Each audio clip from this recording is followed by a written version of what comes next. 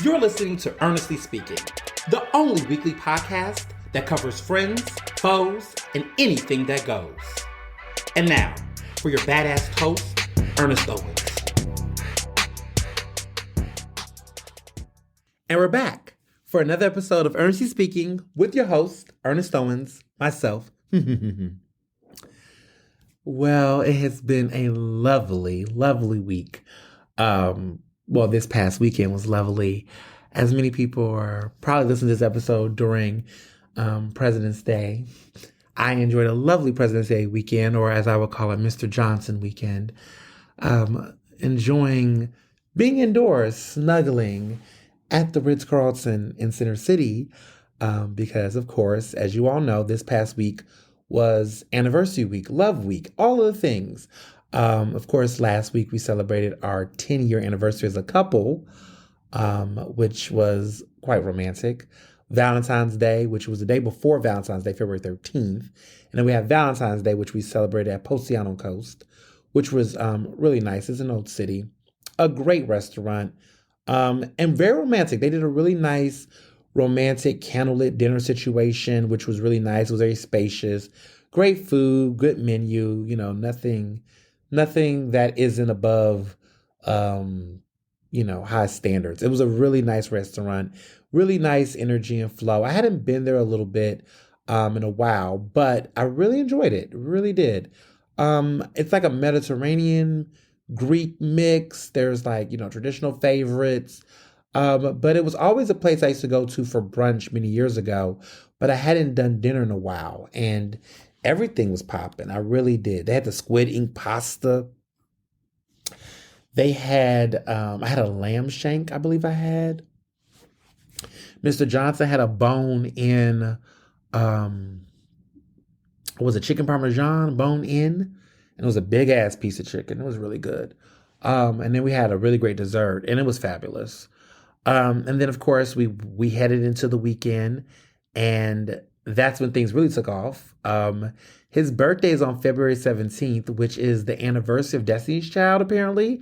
February 17th, 1998, they dropped their first debut single as a group. And so I just found that out over the weekend because I was doing a lot of research into Kelly Rowland. More on that later. But, it was a very just lovely time. We spent the weekend at the Ritz-Carlton, which I've never stayed in this hotel before. All my years in Philly, I never stayed here, but I get it. It's really ritzy at the Ritz-Carlton. So we did it really nice. We got a really lovely suite, and we were on the 24th floor. We overlooked everything. Lovely ass suite. Really, really nice suite. This place is it's crazy. We did an all-inclusive package. So we got access to the club lounge, which is on the 30th floor. And the club lounge is popping because basically this is a private upstairs lounge that has unlimited cocktails, bottled drinks, yogurt, snacks, all of this stuff. But throughout the day, they do all these different rounds of hot meals. So in the morning from 7 a.m. to 10 a.m., there's breakfast and brunch. You just go up there and you could just have a good old time. And then they have lunch in the afternoon where they have a selection of things to eat for lunch. And then the midday is a little happy hour hors d'oeuvres where they have all these really nice, gourmet cooked hors d'oeuvres. And of course, there's cocktails and drinks throughout the whole entire day. And then they have dinner in the evening and dessert. And everything closes at 10 p.m. as far as the food portion. We already had dinner reservations for the nights we stayed. But let me tell you something. We did not sweat on that brunch and that lunch situation. So every night that we stayed for about, I think we stayed 2 nights. We had, brunch in the morning, which was really good. They had a whole omelet station, everything. It was grand. And now this is interesting because for people who are what about downstairs? So downstairs is Aquamino. That's its own situation. That is for the public. Anybody can go down there. If you are a person who do have a stay, you could stay there and put it on your tab. All of that is still connected to the hotel. But that club lounge, no one can go up there unless you are someone who has access. And even if you have a reservation at the Ritz-Carlton, you're not guaranteed automatically. It is a special situation that you have to request in your package. So I appreciated it. And also what I loved about it is you cannot do phone conversations in the club lounge.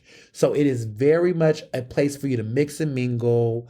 You know, you can take pictures, you can do all that. Lovely TVs, lovely view of the city. Like we're in the heart, so we can see the whole, city hall building and everything on the side that we were on.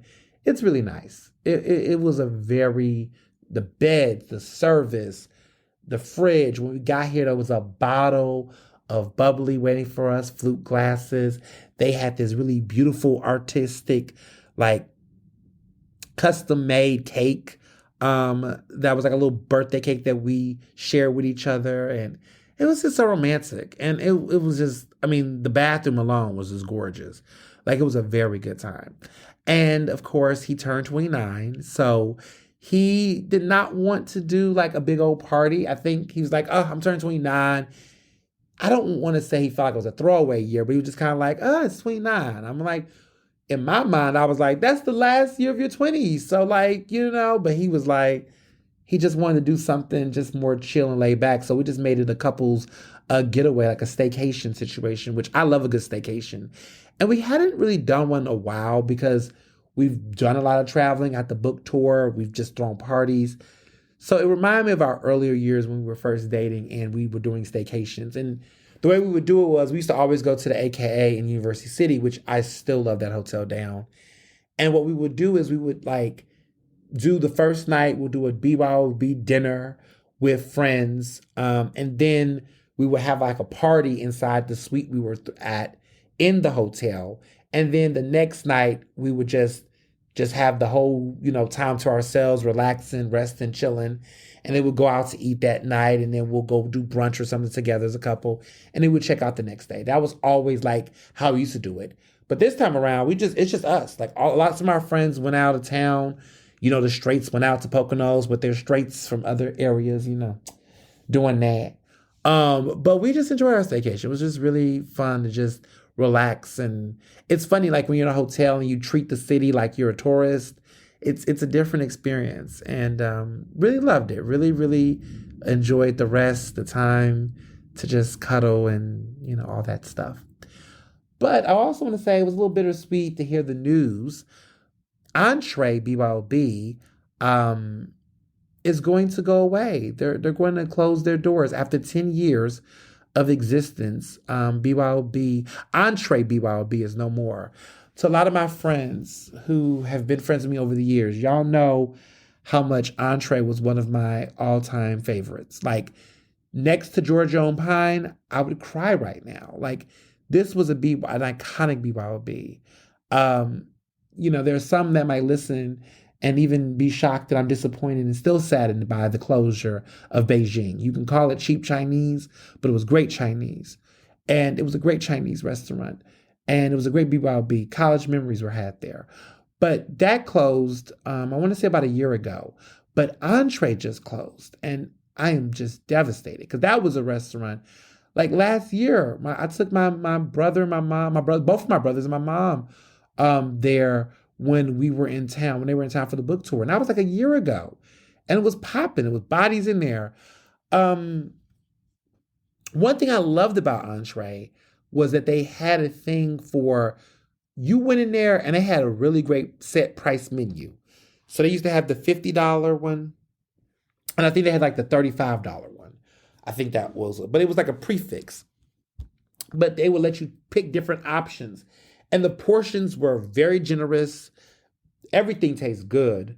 The setting and the ambiance was always like a hole in the wall vibe, but the food was so good and the prices were so fair that you could never feel any type of way. Like anybody who would feel a type of way about Entree, which is dead cheap. That was always the go-to place. Anytime I had friends that came out of town, they wanted to get a Philly experience.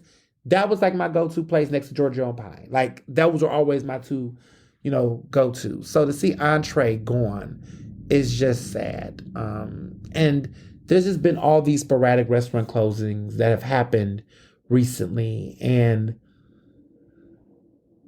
there's not going to be anything like that place. It's just sad. But in other good news, or in better news, birthday dinner for Mr. Johnson was at Co-op, which is in University City. It's around Drexel's campus. Okay, this restaurant, y'all, is just a standout. I don't think a lot of people know about it because they think it's like, oh, it's a typical campus restaurant, but it's not. It really isn't. It is a very good restaurant, one of the best restaurants. I want to say it's one of the best restaurants in University City, West Philly, period. It is a top tier experience. It's not like hot fine dining where everything's super expensive and ridiculous, but it's a really relaxed restaurant that takes its cooking very seriously. What I like about the restaurant is, first of all, it's new American cuisine, is that they're like very focused on seasonal ingredients.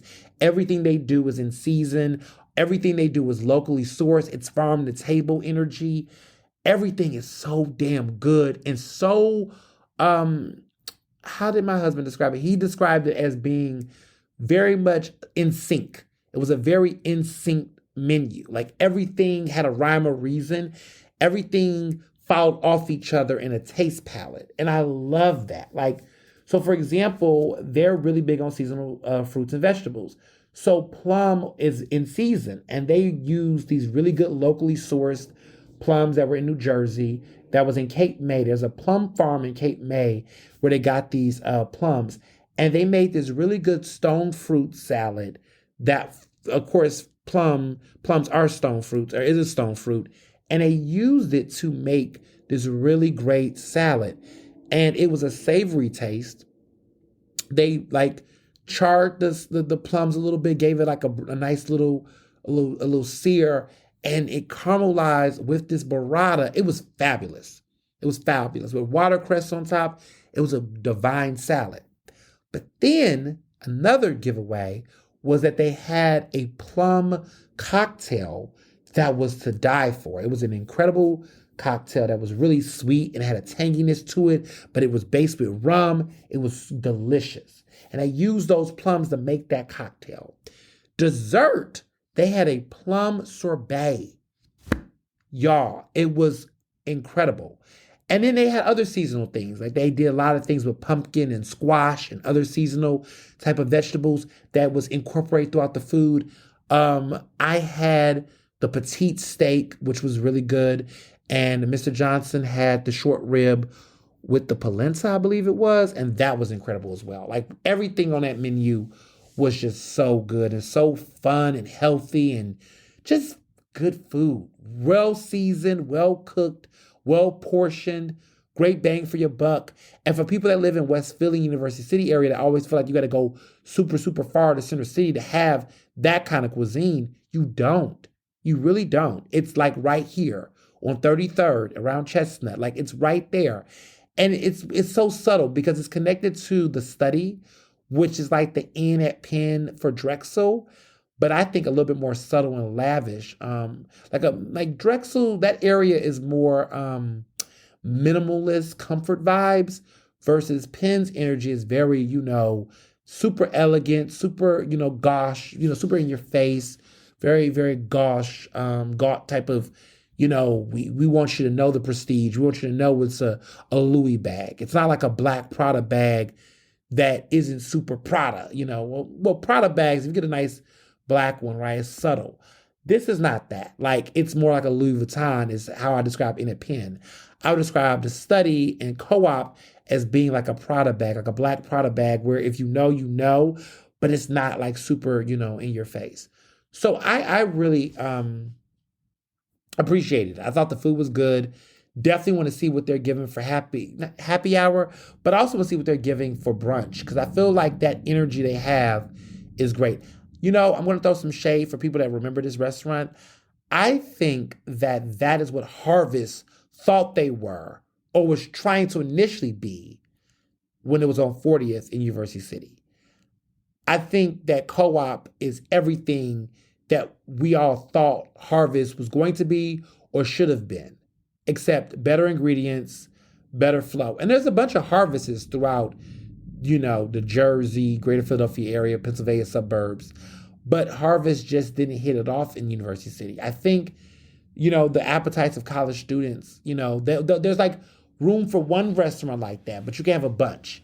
And Co-op has been able to succeed because they do incorporate students at Drexel's interested in culinary art. So, like, the pastry chef currently at Co-op is a college student. And the pastries and the desserts that are coming out of that place, I did not know it was a college student behind it.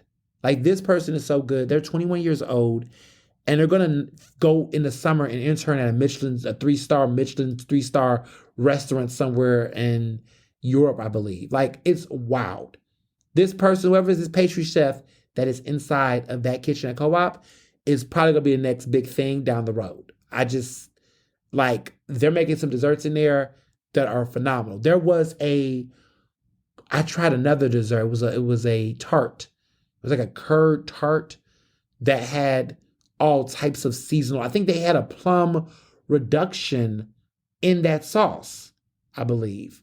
Again, using these simple ingredients that are seasonal to create a themed menu is just phenomenal. Anyway, love Co-op, love it to death. So I also went to Sunday. We kept the vibes going. I Freudian slipped. Friday night, we went to Liver 2 in East Passyunk, and that was incredible as well. That was an Italian restaurant. It's not BYOB, but you don't want it to be BYOB because it's so Italian. It's so Italian in a good way. Like, oh my goodness, so traditional Italian, Sicilian energy. I mean, they had slow roasted rabbit, which is what I had for dinner. They had really great seafood. Mr. Johnson had the flute. We had pasta, handmade pasta, baby. Like, they weren't playing over there. They had this, I think it was a single strand noodle that's really thick and hot and very hollow. And it was good. Oh, it was a really good noodle, a real good chewy noodle that wasn't weak. Oh, so good. We had some other great dishes that we tried. Lots of ingredients, lots of mushrooms and truffle. Oh my God, truffle was on everything. Fabulous time. Great drinks. Great Italian, very strictly Italian. Like, lots of Amaro, lots of what was the other one we had? We had lots of Aperol, lots of spritz. Very Italian in a good way. Don't sleep on Lever 2. LE, and then the next word is VIRTU. Liver 2. Very great restaurant in East Passyunk. Highly recommend it. Make reservations. It was a really great time. And listen, there are times in Philly where I feel like, oh my God, too much Italian, I'm going to get overwhelmed. But this is one of those places that do it so authentic and do it so unique that it didn't feel like I was at another Italian restaurant. Like, there are some places that are like so classic Italian where you had one, you had them all. But this place was just so magical. So magical. So on Sunday, we kept the good vibes going. We went to Irwin's, but we didn't go to Irwin's traditionally.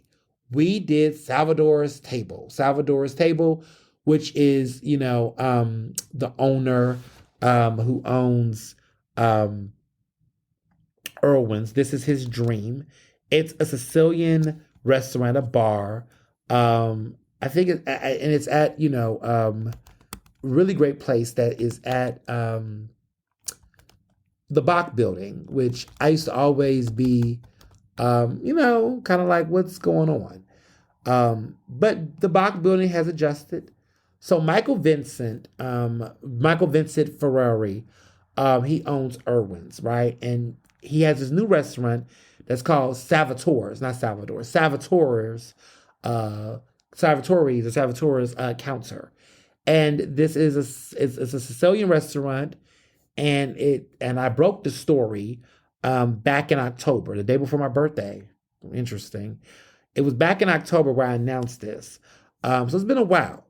And it is in the Bach building. It's Salvatore's Counter. It's an intimate 4-seat, 10-course dining experience. It's not cheap. It's $180 per person. But since November, they've been doing this every other Sunday. And it's been an experience because basically it's a special Sicilian menu that never repeats itself. So what you eat in that moment at that table, it's a bar seating, it's a special intimate dinner. What you eat at that dinner, that menu, it's never going to be repeated. There's no repeats. So if somebody say they went to Salvatore's table, in December, what you are going to have in March ain't going to be the same, right? So I know that they're planning to. This has been a hit. It's been selling out. The rest, this table, it's interesting. It's fascinating. It's monumental, and the experience I had there was breathtaking. I mean, you go to my Instagram, you see my IG, y'all saw. Definitely, probably the biggest, boldest dinner experience I've had this year so far in 2024. Now, we are in February, so, some of y'all might say pipe down, but I will say so far this year, this is definitely going to be in my top 5. But I never know. Anything can happen. Anything can happen. But I feel like so far it's in the top 5. Well, there's nothing else on the calendar except Salvatore's table in my top 5 if I was to pick top big ones. But I don't know. I don't know if anything can knock it out the top 5. Right now it's my number 1, but anything can happen. But it's definitely an experience. And if you can do it, do it. It is worth the splurge. What I will tell you all in advance, book in advance. They are on Resi right now, so you can go to Resi's and make reservations. I don't know if it's every Sunday again or rotation wise. I think it is, because I know at first it was every other Sunday, but I know they're trying to make it more frequent. So it will still it won't be every day of the week because clearly that's just a whole nother beast. But I think the goal is to have it every Sunday, and open up reservations. But it is an experience. Come hungry. We kept that, Sunday for our brunch. We kept our Sunday brunch a little light because I wanted to keep my appetite for that. I didn't want to get to, 10 courses, baby. 10 course. You got to pace yourself. It's not a sprint, it's a marathon. And the wine, the cocktails too, baby. It was definitely a spend, but it was worth it because, when you've been with somebody for so long, we talking a decade, we in the double digits now. New rules. If you just in your first year, nah. 5 years, yeah, I would say. 10 years, this is what you do. You at that decade, about a third of my life, I've been with this man. Yeah, you're gonna do it different. You're gonna do it big. So, fabulous dinner. I mean, I won't even go into what was on the menu because, it may not be on the menu you might go to. Clearly, it won't be the same menu. But what I will say is the pasta, top of the charts. Any type of red meat, get it. Caviar, seafood, get it. Everything. Eat the whole plate. Lick the plate clean. I want to be a barbarian at one point. It was so good. There was times where I was looking at that plate like, this sauce is so good that I want to lick the plate. And there was a moment, y'all, where I looked to my left and looked to my right because we had a little section. I was like, I can't do it. I can't. I'm now food editor. I'm public now. Somebody, you know what I'm saying? I can't show my ass. But listen, let me have been just a regular dude out here. I wouldn't have cared. I would have been shameless. I wanted to lick the whole plate off. But I just said, you know what? I'm going to do what I can with this spoon and keep it classy. But it was hard. It was hard. So, it's it's fun. It was very fun. It was very fun. So,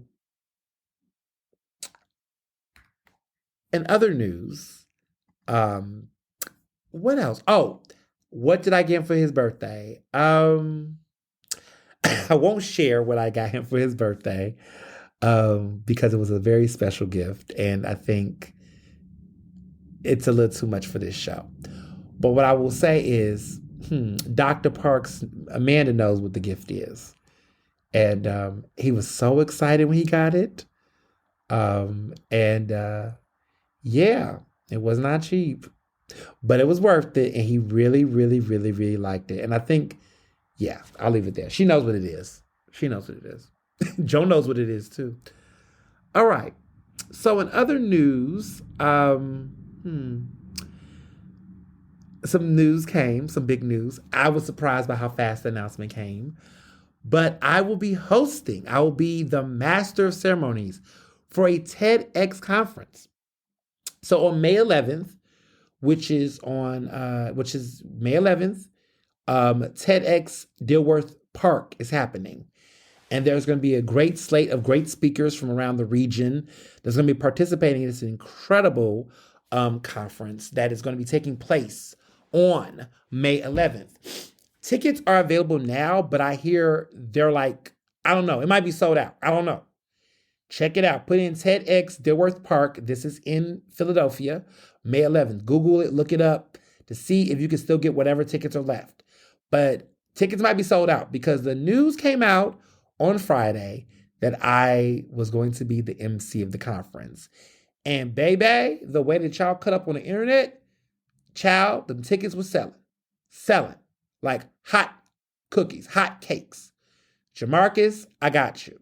You gonna be my plus one because I couldn't even get a whole bunch of tickets. They wouldn't let me get a bunch of tickets. They were like, well, they got to sell their tickets, and I get that, so I wasn't being a diva. But I did get a plus one, and Jamarcus was just like, jumped on IG, was like, I want to go. He said, and I was like, okay, so you're going with me, bestie. We're going together. Yeah, I'm super excited about this. I got hit up to audition. Like they said it was an audition. They was looking for talent. And, I was like, why not? Like I've always had aspirations to participate in TED Talk. But I never knew, what I would do, what I write about, what I speak about.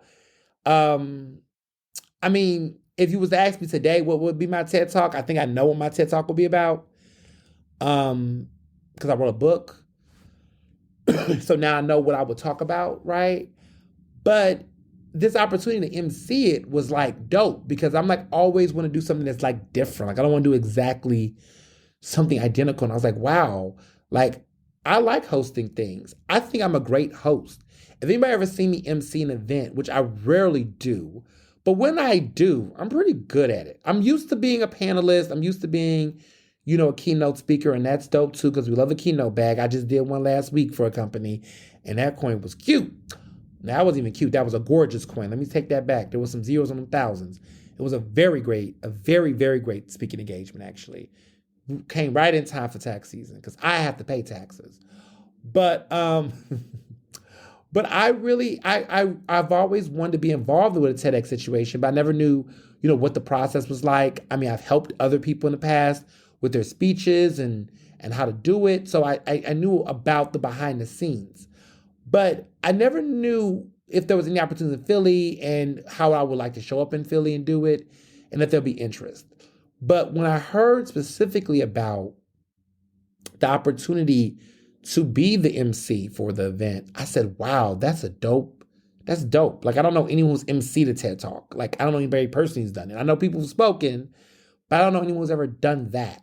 So that just felt like goals. And so I did an interview. I did the process. It wasn't just a simple, I want to do it. Yeah, we love you, Ernest. It was I had to do an interview. I do all that stuff. And they hit me up, later in the week, said, listen, we was really feeling you. We'd love to give you this invitation. I was like, say less. I'm in there. And I think the cool thing about it was that I had some speaking engagement chops under my belt.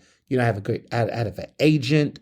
And I got a really good team. And I also think that a lot of these spaces are looking for diverse voices to do it because, Dilworth Park, and this is Center City pretty much. It's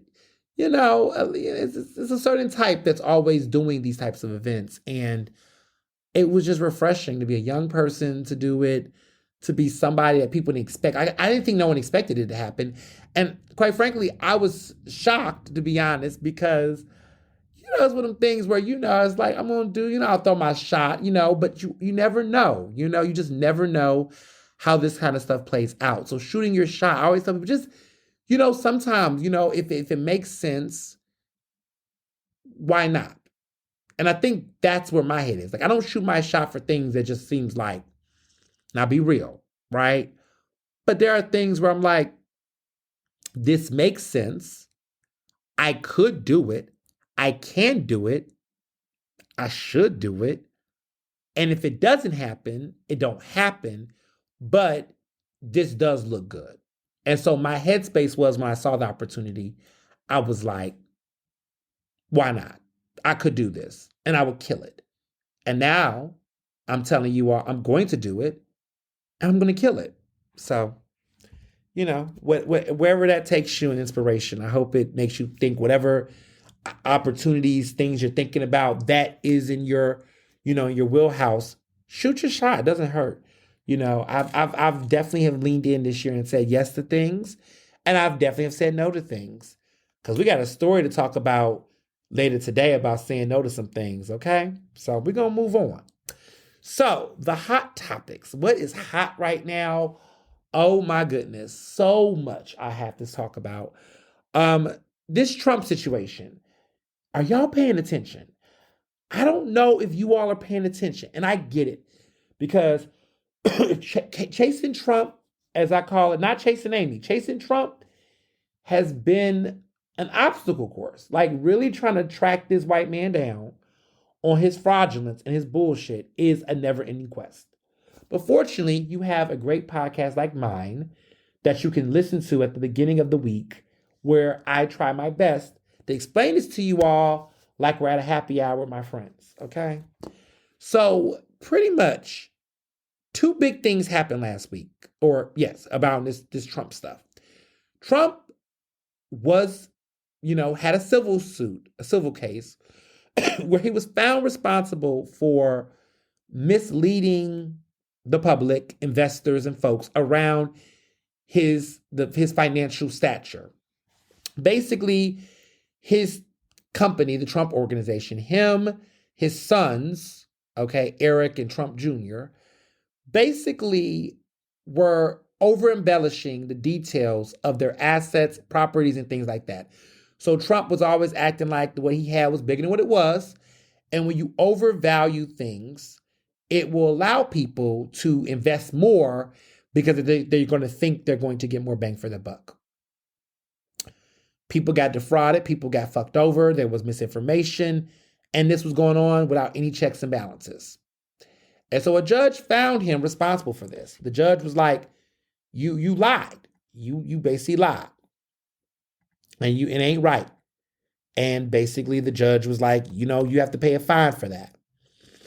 You just cannot, do what you do. So let's be very clear what happened. The state judge in New York ordered Trump to pay penalties of basically nearly $355 million. Now, reported in the New York Times, they were basically saying that this was because he was engaging in years of fraud by lying about the value of his real estate portfolio. So not only did he get this big ass $355 million fine, he also, the judge, which his name is Arthur Iragon, basically barred Trump from running any New York company or business, including the Trump Organization, which is his own business, for 3 years. His sons also are in trouble. They also have consequences. The judge basically said that their complete lack of contrition or remorse border on the pathological. He was not holding back any punches. They are also going to get in some trouble behind this. They basically, I believe, also have a penalty. I think they can't run a business for, I believe, 2 years. Now, Trump, of course, has basically denied a lot of this.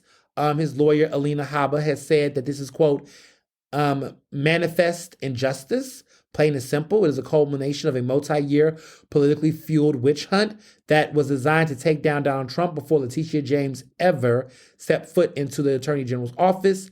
Countless hours of testimony prove that there was no wrongdoing, no crime, and no victim. That's what he says, or she says, right? But the judge says otherwise. And as a result, Trump has to now fork over $355 million. Now, Trump is going to appeal this. That's what he claims. And as a result of the appeal, he's hoping that that would be able to save him. That's what Trump has done. When he's found guilty, when he's found accountable for something, he tries to appeal. With the Ian G. Carroll situation, the woman that I can now say, based on a decision by the courts and by the jury, sexually assaulted and defamed, and he was charged $80-something million that he's paid this woman back. He has to not pay back, but pay for his reckless behavior. He threatened to appeal that. But you can try to appeal all day. But at the end of the day, deciding to appeal and doing appeals does not reverse the course of nature on what happens until then.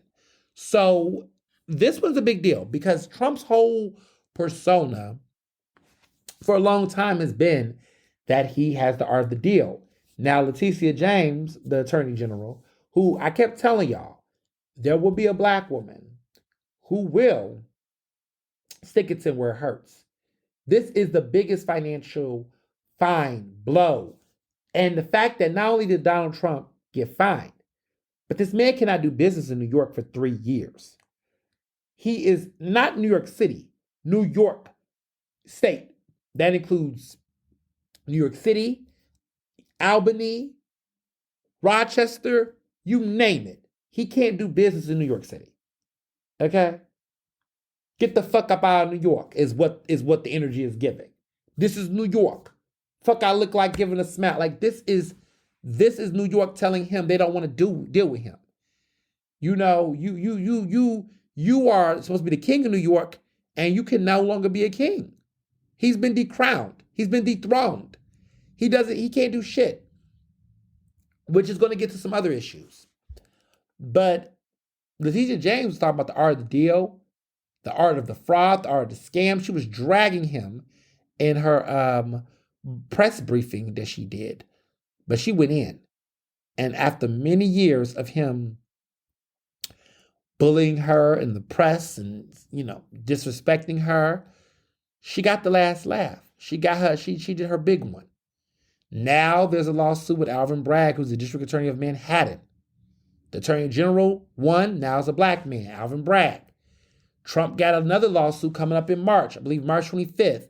This is with Stormy Daniels with the bribe money. This is now about to happen.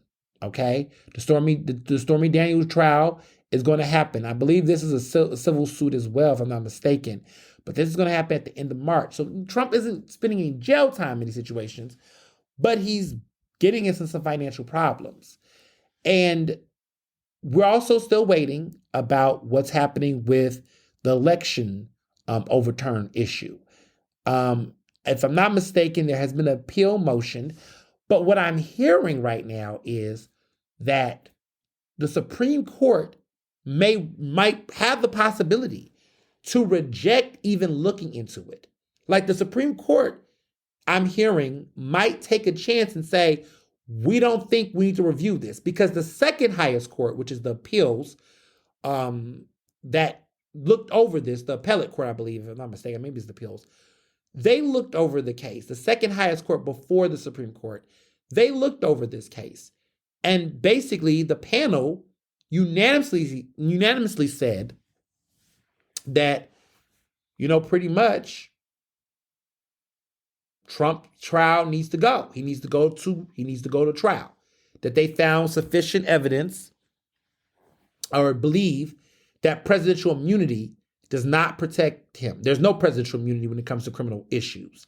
And so basically he needs to go to trial.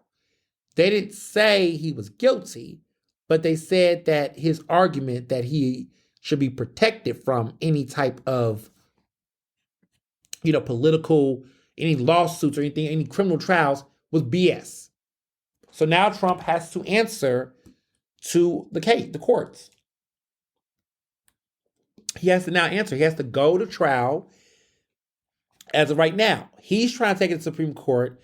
It's not likely that he's going to appeal it with the court that just ruled down, because I don't see them overturning the decision, which they're not. I think Trump knows that. So now I think he wants to go to the Supreme Court. The Supreme Court has two choices. They can either decide to, look at the case, which he's banking on, because then you can have a six. He's hoping that the majority of Republicans and conservatives will decide in his favor.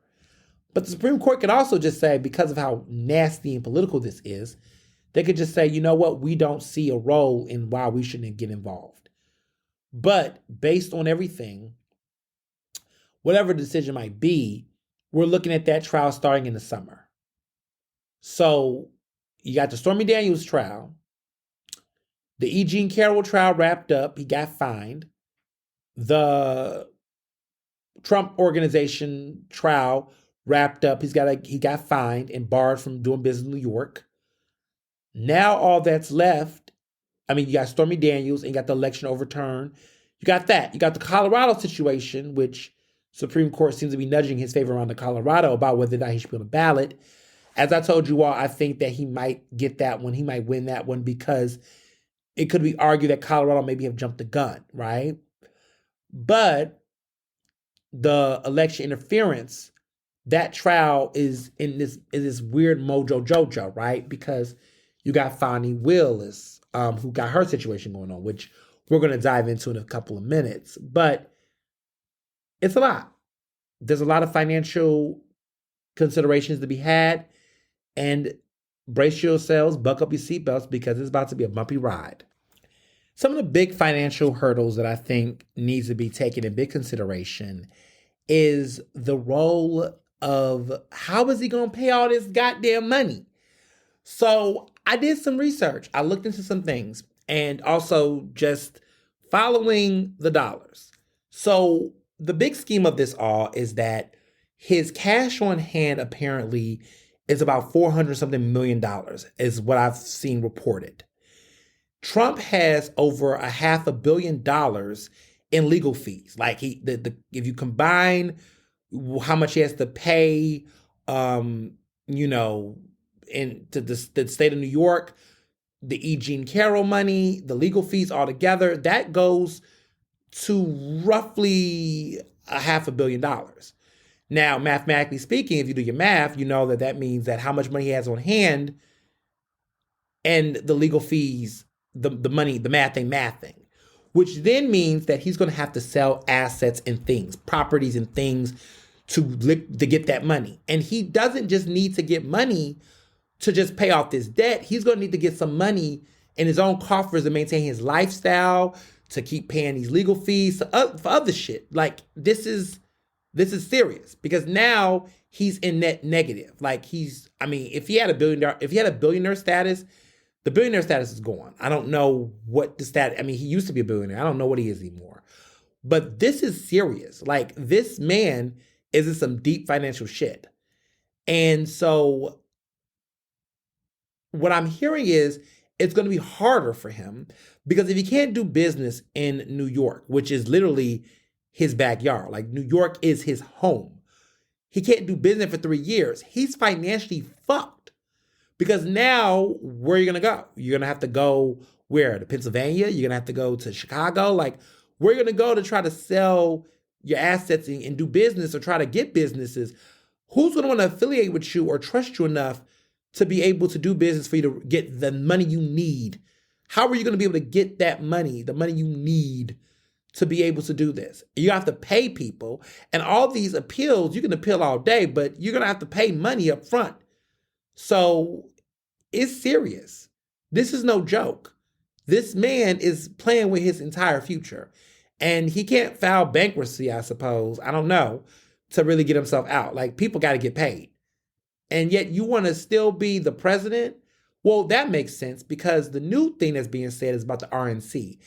He staying in the race will get the RNC to bankroll his legal fees. Now, the RNC, to my knowledge, I don't think can pay the fines. But him getting a lawyer, him getting those type of resources, I believe, not the DNC, I'm sorry, the RNC, the Republican National Committee, who also has the RNC, which is the Republican National Convention. The RNC, not the DNC, the RNC, would pay legal fees. So what they'll be paying for is him maintaining a lawyer, him making sure he could be able to defend himself in court. Is he using the money he's raising for his campaign to do this? Possibly. And so there's a lot of things that can be used in this way to defend him and protect them. But the reality is, donors are donors wanting to give Trump money for him to fight off these court cases. I mean, when you're buying your mega yacht for 40 something plus dollars or something, whatever, is that the money you want your money going to? Because that's money that's not going to ads, not going to, campaign materials, not going to him actually hitting rallies. Like, it's weird. And so the RNC apparently, I mentioned on my last episode or the episode before that the RNC current chair is stepping down. The new speculation is that Trump's daughter-in-law is going to now be in that seat. And that if she's in that seat, daughter-in-law don't take care of father-in-law. And so was the master plan for the other woman to get off, because she'd been in there for a minute, and then slide the daughter-in-law there in to chair, and then she will then be the one to regulate priority over Trump. Because once she gets in, it's Nepo Baby Central. She's going to be focused on keeping the family alive and afloat and doing everything they can to keep Trump. Trump argues that the Republican Party, the Republican National Committee, and all of them should be prioritizing him because he's their last hope to get the White House. But let's also be clear. The White House is his last hope to remain in any sense of relevancy and power, because I feel like right now he's using his campaign to shield him as much as possible from all these criminal trials and these investigations. His argument is that if he's in the presidency, a lot of stuff is going to go away. It gets harder to put a president on trial, in the midst of it. Like, it would be harder. So he's trying to push the clock as much as possible.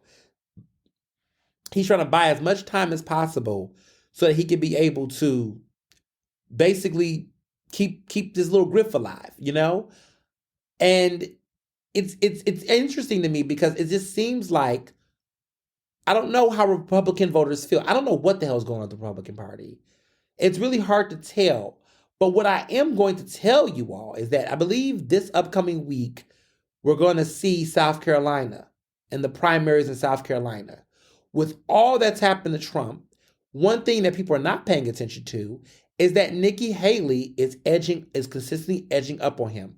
Now, I know everybody's like, look, Nikki Haley ain't doing nothing, blah, blah, blah. Okay, heard. But, I mean, if she continuously stay in the race, I mean, she has donor money. She out-campaign fundraised Donald Trump. She's getting the money. The votes may not be there, arguably,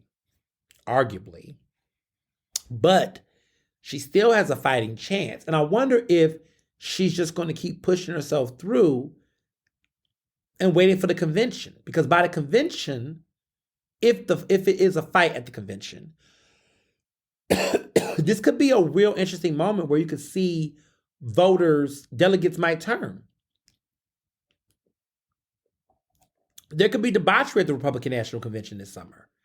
You could see a situation where people might say, yeah, in January I was rocking with Trump, but this Stormy Daniels situation, these verdicts, I mean, they might say, you know what, I want to go for Nikki.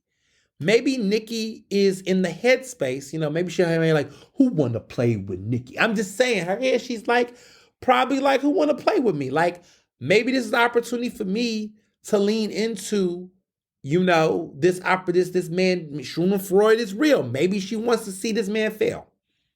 I mean, clearly she do. So I don't know. I think she's not giving up until she really has to.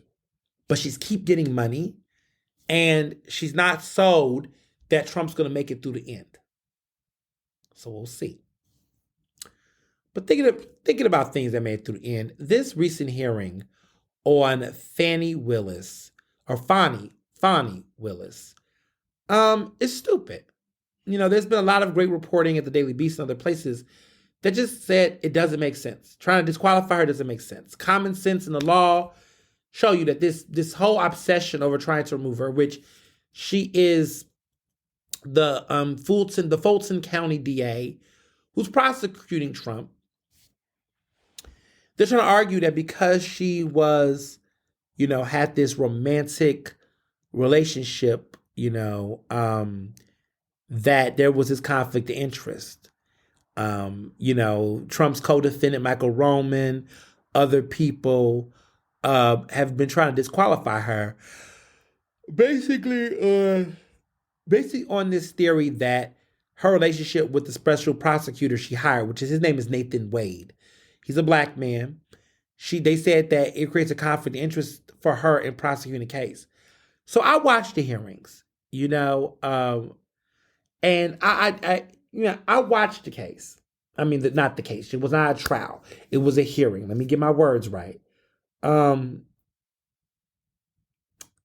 I watched the hearings with her father, with Nathan Wade, with her, and it was spicy, but also something we didn't need to watch. I mean, I'm often in for the drama, but I kind of watched this like after watching Fani Willis's testimony, I kind of was like, this is kind of stupid. Like, I think after like maybe it was a 2-hour hearing, so I was watching it. I want to say after the first hour, I was just over it. I was annoyed. I was bored. I was like, you're trying to make a point that doesn't land. These are the prosecutors that I'm talking about, like on Trump's team that are trying to. Judge Scott McAfee, did his thing, to make sure he had all his facts before his ruling. But it's obvious in hearing Judge Scott McAfee that he's not going to, like, punish her. Like, it's not happening. Like, he went through the procedure. He let all the evidentiary, hearing, all this scoping for the information happen. But I think he himself, throughout the time of interjecting, would just kind of like, get to the point with them. They were just doing a lot. And it was just like everything was so presumptuous and, there was just no hard concrete. The big thing is that, look, she didn't have a relationship with him before she hired him. She had the relationship after the fact that he was appointed. He was a special prosecutor. Like, this all happened after the fact. There was no real relationship or anything prior. None of that. And they kept trying to make this conspiracy that there was all this innuendo. But, like, clearly this is a situation where they were messing around while working together. People, I taught my students this. I had a conversation with my students last week. We were having a conversation about professional etiquette and things. And what I do with my students about that, like in the past when this lesson was taught to the freshmen, it was around the confines of respectability politics. So everything was, you need to dress a certain way, talk a certain way. Yeah. We didn't do that.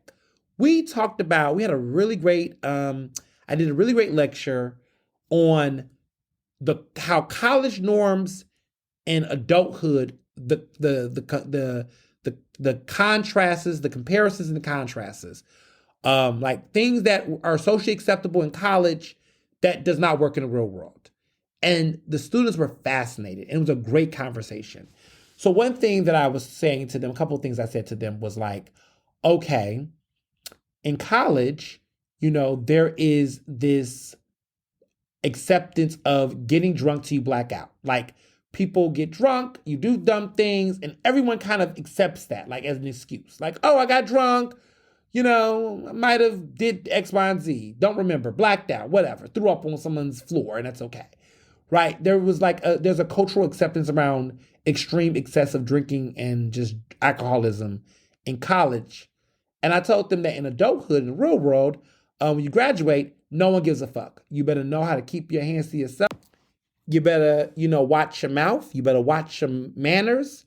you better watch out. You don't get to get drunk and make excuses for doing dumb shit. So that was something I made clear to them. Also, in the real world, there is not an obsession over body count. Like if you're talking about body count, oh yeah, I keep it real with my students. They out here, they grown, they know what's going on in the world. I'm like, all this whole how many bodies you have nonsense that people do, real grown-ups don't have those kind of conversations, right? There's ways to do it in a mature way, but this whole body count stuff, slut shaming kind of behavior, professional adults in the real world, grown-up, college educated people, that's not acceptable in high society. And even regardless, right, in any mature adult world, professional setting, degree or not, no one's doing that. No one's like, how many bodies do you have? Like, we don't do that kind of stuff. And adults that do that stuff are losers. So I explained that to them. Another contrast that I explained to them was that, a big one is that you're not going to have a bunch of people checking in on you and begging you to turn in something. Deadlines are deadlines. There's barely extensions.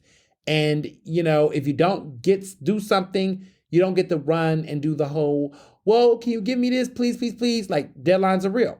And there's no, exceptions to it often. And you're not expected to, it's not expected to. Like if there's a deadline on something, no one goes, oh, for me, can you give me that? It's very seldom that happens. And so, you don't expect extensions and deadlines in the real world.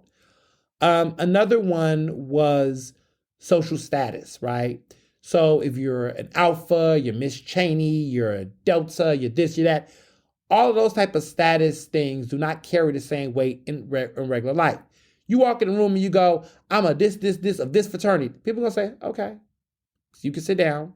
Like jobs and places like that don't care, right? Of course, there's your own personal social settings and networks that might entertain it, but it does not carry the same type of social capital and weight as it do in college. So in college, I remember in certain networks and social circles I was in, people really gave a fuck about people's, titles and this in that kind of social Greek life setting. It doesn't carry that kind of weight in the real world.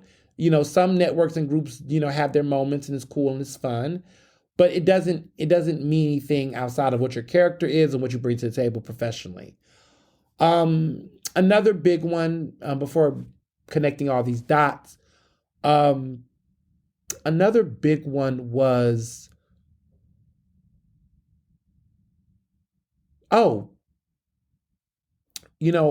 friendships and dating life. That in college, a lot of people are defined by their social life and things of that nature. In adulthood, gossip outwardly is not as acceptable as it could be in college. Like, people gossip and spill the tea and all that. I mean, I definitely have my fair share of cups of tea with friends, but we do so more in a very, very private, intimate way. In college, a lot of times people feel like it's open conversation to be had everywhere in the workplace and spaces. That's not how it really works in the real world. Yeah, there's whispers, there's chummers, there's mummers, but a lot of that is frowned upon in adult life. And so I explained that to them. Oh, and the last big thing I told them is that in most settings, no one's asking what your GPA is. If you have the degree and you graduate, unless you're applying for grad school or law school or any of those schools, in work job settings, no one's walking around asking what your GPA is. Most people just want to know what your degree or what you studied, and if you graduated. And if you do that, people don't ask anything. I don't ever recall in my entire, now about to be 10 years since undergrad, where I've ever had to basically tell anyone my GPA for a job. Never. And as somebody who has hired people for jobs and fellowships and things of that nature, I've never asked people what their GPA is. If you tell me you went to this school and you graduated and you studied this, I look at your work experience. I want to know what kind of work you've done, what kind of service you've done. But I'm not sitting up all night like, ooh, what course did you fail, in your second semester? Like, no one cares, Again, if you're applying for grad school, stuff like that matters. But to my students who are like, look, I'm trying to get out here and get a job and get in the workforce, workforce ain't sweating like that. So, you do want to still do good, but focus on that. So that was the takeaways I gave my students. How does that connect to what I was saying before? I don't know. But I just felt like it on my chest to say it. So I guess in essence, that's what I was going to say. And this was something that did come up with my students. Fraternizing, that while in school, it's, a lot of you all might be dating one another in clubs or organizations, companies do not necessarily promote or be fans of that. That was one of the things we talked about. We spent, I think, half of the class was on that conversation, which is why I'm like, why did I just forget that? But like, that was like the bulk of the conversation. And then of course the other things were brought in and everybody accepted those things. But that was a big debate with my students. They were like, what do you mean? If I'm at work all day, I can't, fall. What if I fall up? I'm like, listen. Shit happens. But let me tell you, when it goes south, it can create problems. And I used the Fani Willis situation as an example of that. That, okay, Fani and his man Nathan Wade had a little relationship. I mean, it was what it was. But now, because of the fact that they had a relationship romantically, it's now creating a problem with a case that is one of the most important cases in American history, right? That if they didn't date or mess around, for better or for worse, we wouldn't be having this dumbass conversation or debate. We wouldn't be having this case being stalled right now. And so Trump is doing everything in his power to stall any cases on him. And so if we would have just kept going, none of this would have came, we would have got on with it. But now this has to be held up because they're trying to find his team is trying to find anything they can to try to get this man off this case and and they want everything dropped. It ain't happening, I don't think, but it's just like, damn, don't shit where you eat. Avoid it as much as you can. And so my rebuttal to my students, because we still have class on President's Day, I'm going to tell them, like, listen, you see what's been going on this week? You see what's happening? This is why you don't do that. Because it's not so much about whether or not y'all break up and remain friends, remain cool or whatever. It's just that it can be used and weaponized in ways to take away from the work. So now we find out things about Fani that we didn't need to know. That she doesn't really drink wine. She drinks Grey Goose. That she keeps cash on her. And that, she says, listen, I forget how she said it, but she basically paraphrased like a man is not a goal. A man is a companion. That she don't need no one to pay her bills and her rent. She needs she wants a man for enjoyment and fulfillment, pretty much, she said. We didn't know all that. I mean, I like what she said.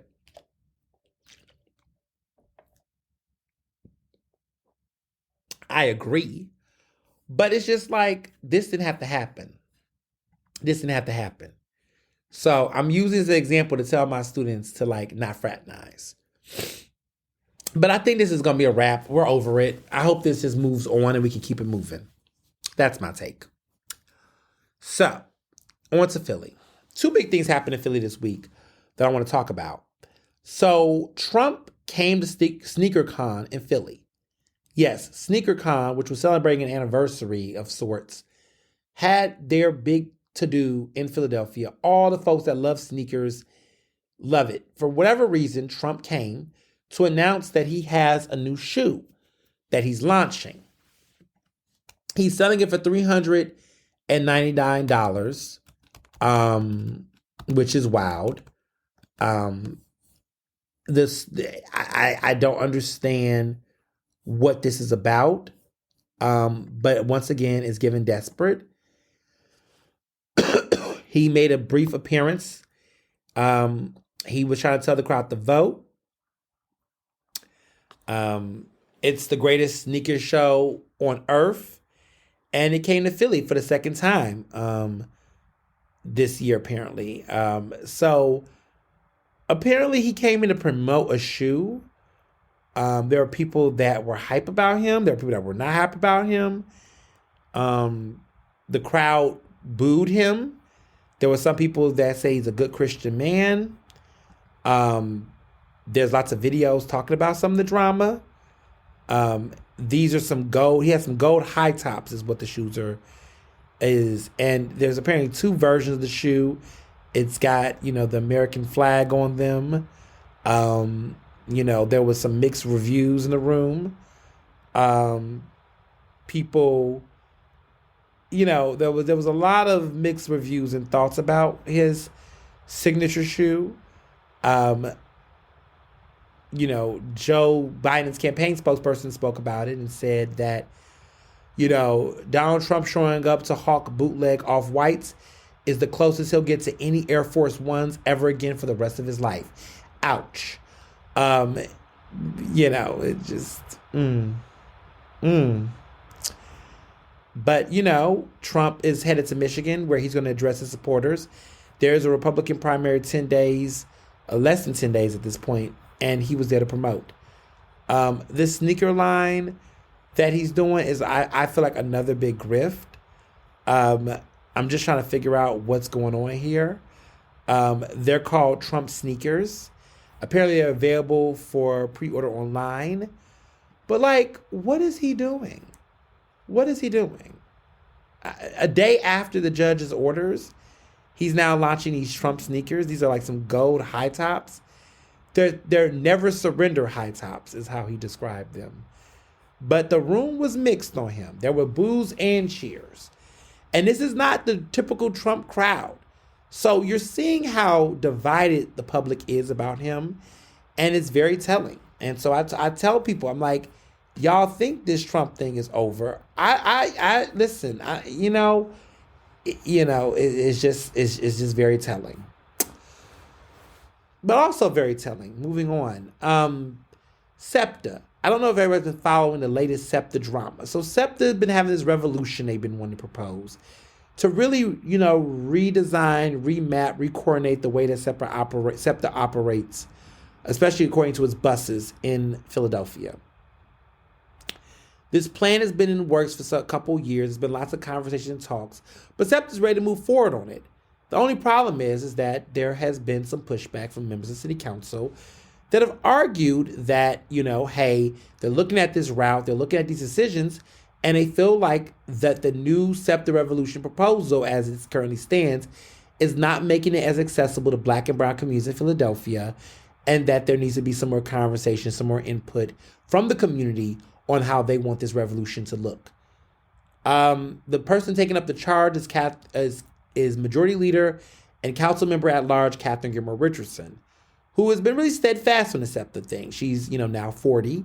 She is someone who frequently rides SEPTA despite being elected official, and she definitely knows her way around town on SEPTA.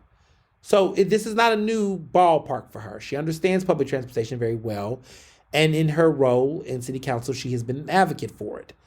She's thinking about the grandmas, the uncles, and the everyday workers that live in these often neglected neighborhoods of Philadelphia about how far they will have to access a public bus or a public train. Now, I'm going to be real with y'all. I'm going to tell y'all something. I'm going to let y'all in on something. I have not rode SEPTA in 4 years. Now, my husband is different. He has gotten on the bus. He doesn't really ride the L, but there is a bus stop near us right across from our building, and he rides it. I have just not gotten on SEPTA. Call me a diva. Call me whatever you want to call me, but I just have not. The pandemic, I think, made me realize how unsanitary public transportation is. Now, I know there's been some improvements made. I know that there has been changes made. It's not even just so much about cleanliness, because I know there could be improvements made there. But safety has been a concern. There's been a lot of, violent acts. And to be clear, the way that I travel on SEPTA, if I was ever get back on, I always rode the Margaret Frankfurt line. I only need the Margaret Frankfurt line to go to the place I need to go to. I live in University of West Philly. So Margaret Frankfurt line, the L, was always where I would go. That's it. I never did the Broad Street line. I barely did that. I never did anything else. But it has been, and I never really did the bus even before the pandemic. I never was a bus person because I had a very bad bus experience on SEPTA, many years ago. It was a bus ride from hell. Because one, it was a situation where I was on the bus and there were a lot of slow pace. There was a lot of nasty people on the bus just being mean. But there was an incident where a person, I believe, had a heat stroke on the bus. And that just there was no preparation. Like, no one had water for the individual. It was scary. And there had to be paramedics. And I was trying to go to a screening and I never got to make it on time. And I just was like, you know what? Never again. I know life happens and I get it, but I just was like, nah. So I never rode the bus again after that. That was the experience. But then I also had a life-changing experience on the SEPTA bus. Many, many years ago, I was trying to get somewhere to King of Prussia. This was before, Uber was really like Uber, This is like in early 2024. I was trying to get a lease. Not 2024, 2014. I was trying to get a lease. And Uber wasn't as prominent. I think it was like Black Card then. And so I had to take the bus, and it was so efficient in getting me to KLP and finding my route back home. But it was an obstacle course, just that whole journey. I don't know how I did it. Like, mentally, when I think about that whole day, that's another story for another day. But like, I think about that whole day in the heat, getting to and fro to get myself to get this lease in this random ass place, the semi-con, it was just a lot. But anywho, you live, you learn. You look back at your life and say, how did I do that? And it just happens. But anyway, just have not rode public transportation, but my husband do. Clearly, council member at large, Gilmore Richardson do. And it's a thing. So in her pursuit to try to make this a more equitable experience, there were advocates a part of the advisory that I believe was a part of this SEPTA revolution. So this is not the leading staff, but they was reportedly being very hostile to, Kathy Gilmore Richardson's office. I mean, there were people calling her an inconsiderate girl, which was very disrespectful. Nasty callers, nasty messages, just all types of disrespect. And these were people that arguably would label themselves as progressives. And I just felt to myself, I had to speak on this. I tweeted on it a couple of days back. But basically it was like, it's interesting to me that, progressives who oftentimes talk about equity and intersectionality, but white progressives are in a league of their own. Because I'm not going to keep saying progressives. I need to clarify. And people are. They're saying white progressives because they're a certain unique niche of problematic ass people in Philadelphia, that don't see anything wrong with how they carry on. They talk over Black and brown people. They think they know what's best for them. They don't read shit. They think they know everything by catching a documentary. They're smart to the point that they're dumb. And they really lack cultural competency, consideration, and collective thinking on the larger picture. And they don't have any regard for people and the optics and the different unique experiences people do. I remember a lot of people were like, making comparisons between candidates. And I used to hate that. They used to say, well, why is Kathy not more like, Helen Gim? Well, first of all, Helen Gim is not a Black woman. Helen Gim is someone who comes from money, right? She has a wealthy family and a wealthy family life. So she has a cushy lifestyle where if she was to lose office, she would still be rich, as we can currently see now. But if you look at a lot of these other elected officials, like, Catherine Gilmore Richardson, she's married, but they're upper middle class at the highest level. If she doesn't work, the family's going to feel it. And she can't afford to make the certain types of, confrontational, political risks that Gim previously did because she was of a different stature and status within council. And so, you got to pick your battles. You got to know, when to hold them and when to fold them. And that was something that I feel like white progressives just never got.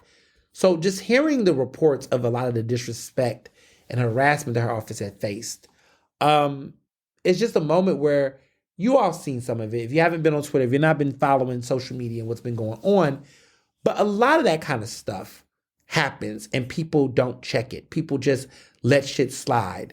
And we see a lot of that happening, where people do whatever they want, and you know, let stuff be. Which, in my opinion, gotta call this shit out more. Period. So, I'm happy people have spoken up. I'm happy that there is some conversations being had about the nature of how certain progressives have carried on and have acted during these very interesting political times. I definitely, am curious to see how people continue to move, especially during everything that's happening right now politically. So we'll see. We'll see. So there's been this conversation about, the whole Beyonce crossing over to country music. It's the saga continues. It looks like she's going to have a really big Billboard hit on her hands with Texas Hold'em and even 16 Carriages. Both songs, which of course I listened to the night of the Super Bowl, were really good. It showed her range, her versatility, and there's been many opinions about the songs and how she performs them. But I think people have embraced it, at least her fans, very well, and people who are not necessarily traditional Beyonce fans. I think that one thing I have appreciated about the songs, listening to them more, and also listening to other country music artists, notably other Black country music artists, is that I do appreciate that Beyonce is singing the songs in her same, traditional cadence, but giving them a richer production. And it's familiar, but it's also fun and different without feeling performative. And what I mean by that is that there are country artists and those who cross over the country, pop artists that do, that will adopt a new accent and put on a whole new, persona. And it kind of cheapens it, right? What we think it is. Even R&B, where you'll see certain, artists, white artists, try to put on a whole different swagger and persona, or what we see with hip hop where, people put a different type of energy into rapping, and not even just energy, just like actual voice changes and things that sound a certain way. And I appreciate that Beyonce did not do that. Like, it just sounds so natural for her. Like when she sings 16 Carriages, I believe her. The beat is there, but the voice, the feelings, the emotions is so genuine. And her voice is able to cross over into different genres really well. She has sung gospel music. She's done opera. She's done it all in her various performances throughout her, illustrious over 25-year career. She has really, have perfected being a chameleon in various genres. And with country, I think if she stays at this, this type of direction, she's going to be massive. I really do think this is something that makes sense. And there's been articles written about how the country and Beyonce isn't so far-fetched. And as somebody who grew up in Houston, Texas, and has listened to Beyonce since the beginning of my time, Beyonce and country and the elements of country and Western has never felt foreign to me. Some of you all just don't know your artists, and that's okay to just say you don't know. If you don't know something, you just don't know something. But when I hear people say things like, oh, this is going to be hard for me to be used to or whatever, I'm like, okay, let's start with Daddy Issues and Lemonade. I mean, you could go that back if you want to, or you could even go, farther back with a lot of the fashion that Destiny's Child was rocking. I mean, she was on the cover of Texas Monthly, many, many years ago. She used to perform at the Houston Livestock Show and Rodeo. Cowboy hats was always a part of her aesthetic throughout her career, even when the song may or may not have been specifically country or anything of that nature. The gothic Western aesthetic of some of her looks that she's done throughout her album covers. There's a lot there. A lot of that heritage and connection has always been throughout. And even when she wasn't doing country, she often did adopt Southern themes and and embrace. She's always embraced that heritage of herself. Her, Creole heritage from her mother, her Southern background from her father, her Houston, Texas roots have always been embedded. So for her to lean into country a lot more aggressively isn't so far-fetched of a concept for me. Like, it's not that, oh my God, shocker. But of course, because she's Black and because she's a Black woman doing this type of music, everyone's having different thoughts. There's conversations about radio stations adjusting and adapting. There are some really ridiculous white country fans. They're not even musicians that are like making ridiculous insults about her, getting into country. I mean, we knew the racism was going to come. Even when Beyonce was doing pop music, there was racism. There's always been racism connected to the things that she do. And honestly, at a certain point, you just have to just expect it and not give a fuck. Like, I'm just tired of, I don't know, I get tired of media sometimes that like they act so shocked every time these things happen. And it's not actually good for conversation discourse. Like, I'm tired of us reacting to shit. Let's analyze the shit. Let's unpack the shit. Let's get into the meat of the conversation rather than all these basic surface level, this happened, as if people didn't know. And you know what it is? I feel like they're writing for white people. I don't know. But I'm sick of people censoring white people in every goddamn aspect of society. And then wondering why you can't get readers and audiences that are Black and brown. Because the shit's remedial for us. Like, we're tired of explainers that, for us, we already get. And look, you can write explainer pieces, but don't censor them in a way to act like the rest of the world has to catch up for a lot of people in this world who don't. The majority of this world is very diverse, and the experiences of racism and ethnic discrimination and racist white supremacy is something that a lot of people can identify with around the world on a global scale.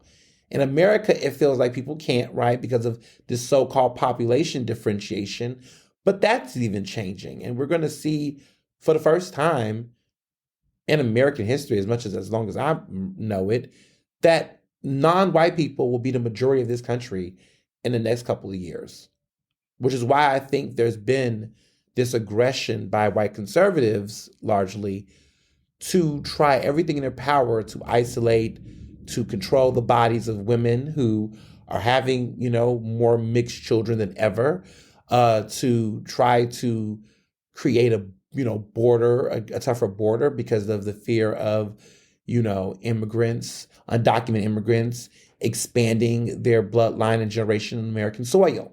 There is a lot of xenophobia and eugenics behind this. And even the permeation of Black people in country music, which, let's be clear, we originated country music. We were the architects of gospel and pop and rock and all these things.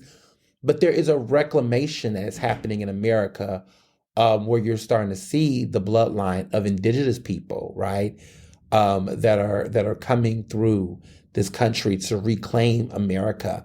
We're starting to see a reclamation of the culture, largely from Black artists that are reminding people that they were the first to do this. And so there are a lot of white people who are embracing this difference in various ways. But then there are very much those who want to gatekeep what they've stolen. And that's the fight. That is the fight that we're seeing. That is the culture war as we describe it. There is a society of people who, when they say make America great again, they're really talking about, gatekeeping and fighting to keep America the way they want it to be, even though it was not the way it was originated to be. Just thinking out loud. But nonetheless, I'm excited to see how these Beyonce songs fare on the Billboard Hot 100. I've heard that Texas Hold'em is going to potentially, aim high on the Billboard Hot 100. Number one might be close, but definitely in the top 5, top 3, maybe top 2, who knows? But for a debut like that, on the first week, is only up from here. As more people begin to embrace it, put it on TikTok, request it on radio, I think Beyonce's about to get her next big number 1 hit. So, stay woke. Speaking of another member of the, Beyonce family, Destiny Child family, I want to address this Kelly Rowland drama that has happened or has been alleged and been talked about in the press. And there's been different sides about it, but I've done some research. Y'all know I know some, some media people and some journalists out there who work at these major broadcast stations that's gonna give me the tea. So, okay. So Kelly has been on a media tour promoting Mia Coupa, this upcoming Tyler Perry film that's going to be on Netflix next week. I will watch it. I will review it. It's a Tyler Perry film. Lower your expectations, people. I know y'all like Kelly Rowland. I know y'all love Trevante Rhodes, who was in who was the older Chiron in Moonlight. But I'm going to review the film. I'm going to watch it when I get a chance, and I will let you know what I think. But nonetheless, Miss Rowland is out here promoting this film. She wants to get all the streams. She wants you all to, be talking about it. Happy Black History Month. So on Friday, it was the Today Show, which is connected to NBC. The plan was that Kelly was going to do an interview in the first hour, because this show, if y'all ever watch this day, well, first of all, most of us don't, but the Today Show is a long-ass show. It's like an all-day morning show, and there's many hours. And so the first hour was they was going to interview Miss Rowland. She was going to be interviewed, about the show, yada, yada, yada. And then after that, the fourth and final hour, she was going to then become a co-host with Huda, who's the other co-host. And they were going to interview celebrities and different people and yada, yada, yada. That was the plan. A modest plan, but nonetheless, a plan. So when you host a show, that changes the difference between being a special guest versus being, basically somebody who is steering a show, so you're considered top priority. When you MC an event, as the MC, as the host, there is a level of, privileges that you get because you're responsible with a larger goal. So if you're a performer that night, okay, you got one performance, you 15 minutes, you get off the stage. The host, though, is hosting for a period of time. They're going to be on camera longer. They're going to be on the things. They need to have accommodations that suit the role that they're doing. So in these situations, if you're a host, you're going to get a better green room than sometimes the performers, because you need to be in there consistently, making sure your water right, your stuff right, you look good, you whatever, right? That's just a given. So there is a master green room in the Today Show studios. The other rooms are smaller. They're really temporary. They're you go in, you go out kind of thing. Because at the end of the day, you ain't gonna be there that long. You go in there, you pat your nose, you go. But the host, the master green dressing room, is often given a special co-host that's going to be on the show. Or, look, if the President of the United States is coming, something like that. But they really reserve it for that. Now, normally the main hosts, the two main hosts, I think it's Huda and Guthrie, Samantha Guthrie, they have their own green rooms because they're permanent hosts. But there's always a special green room that is reserved for a special guest, a co-host, or something of that nature. So Kelly was expected to be a guest for the first hour, which she did. She did a cute little interview. It was nice. One thing I will say, though, is I'm a little tired of people asking her about Beyonce. I get it. They're best friends.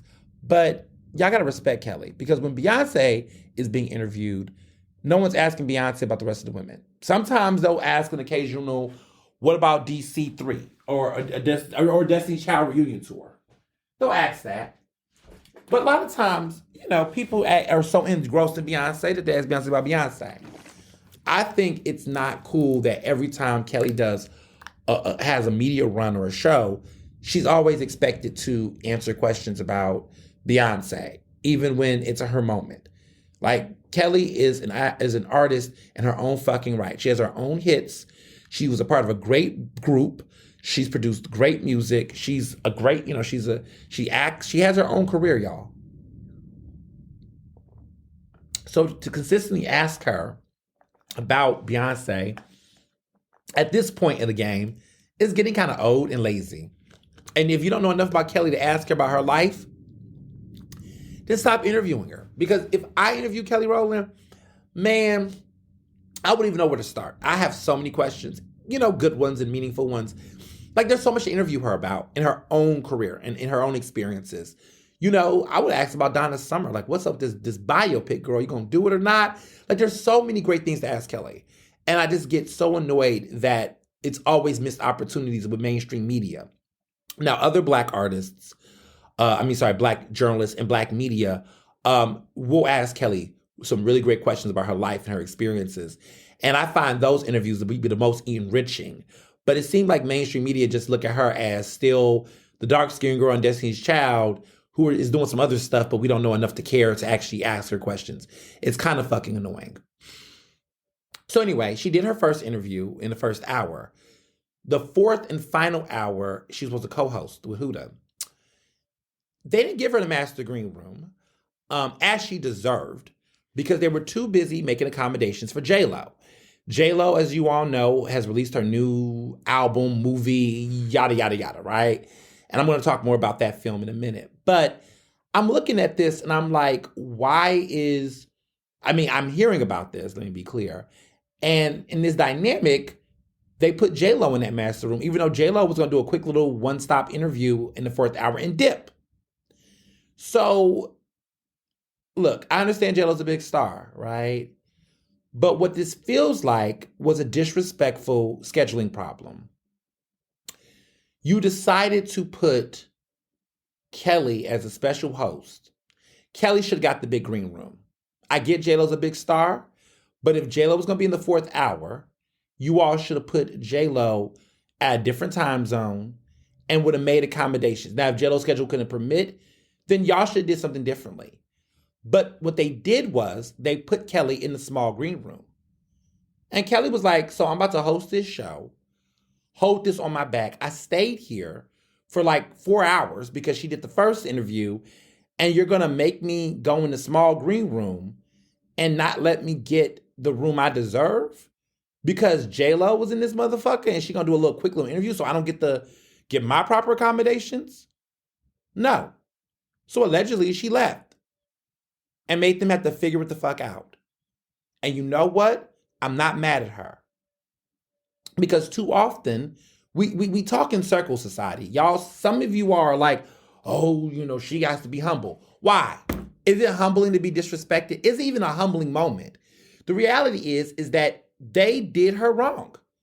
And to be honest, Kelly does not need to be at this point in her career.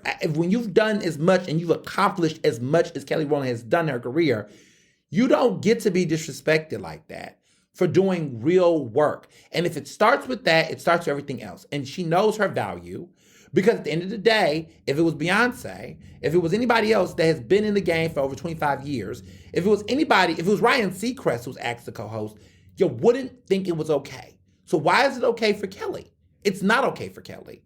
And the problem is that I think Kelly and many artists like her have probably done that over the years. And it never pays off. The disrespect. It never do. And at a certain point in your career, you got to say to yourself, wait a minute. J-Lo did a little 65-minute movie, an album that no one's really going to buy, let's be real. And quite frankly, she's coming on for a little quick segment. Why does she get all of those accommodations, but I'm the goddamn host that done bust my ass to be here for 4 hours in my schedule? She could have been anywhere that Monday, but she prioritizes today's show. And so for her not to be given those accommodations, I think that was the right call. It was very disrespectful. At the end of the day, it is what it is. But it was very disrespectful. And to be honest, logistically, they should have never scheduled it that way. They should never expected Kelly was going to do that. They thought the Black woman was going to do whatever she was told, and they were going to accommodate J-Lo. No.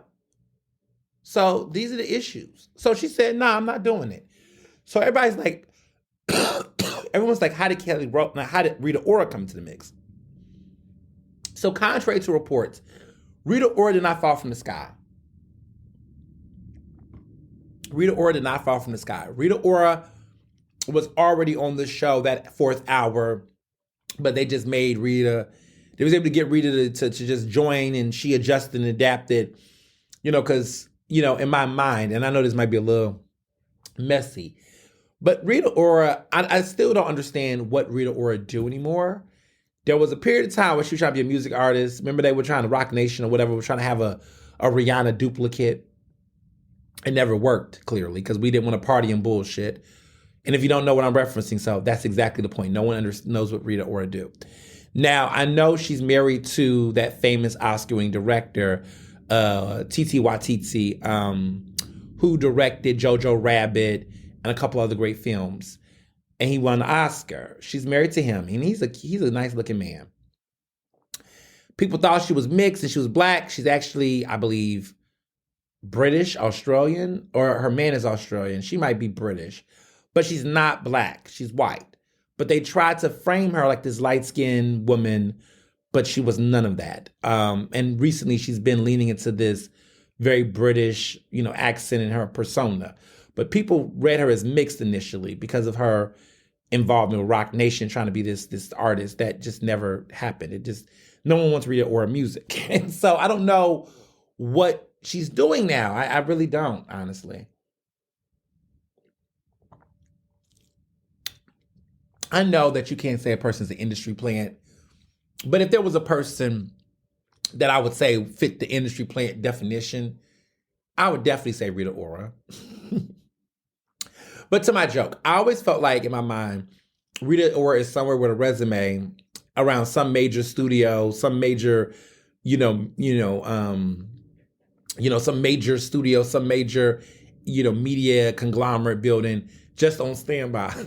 And so I kind of was like, Rita rose to the occasion. Shout out to her for doing that. But,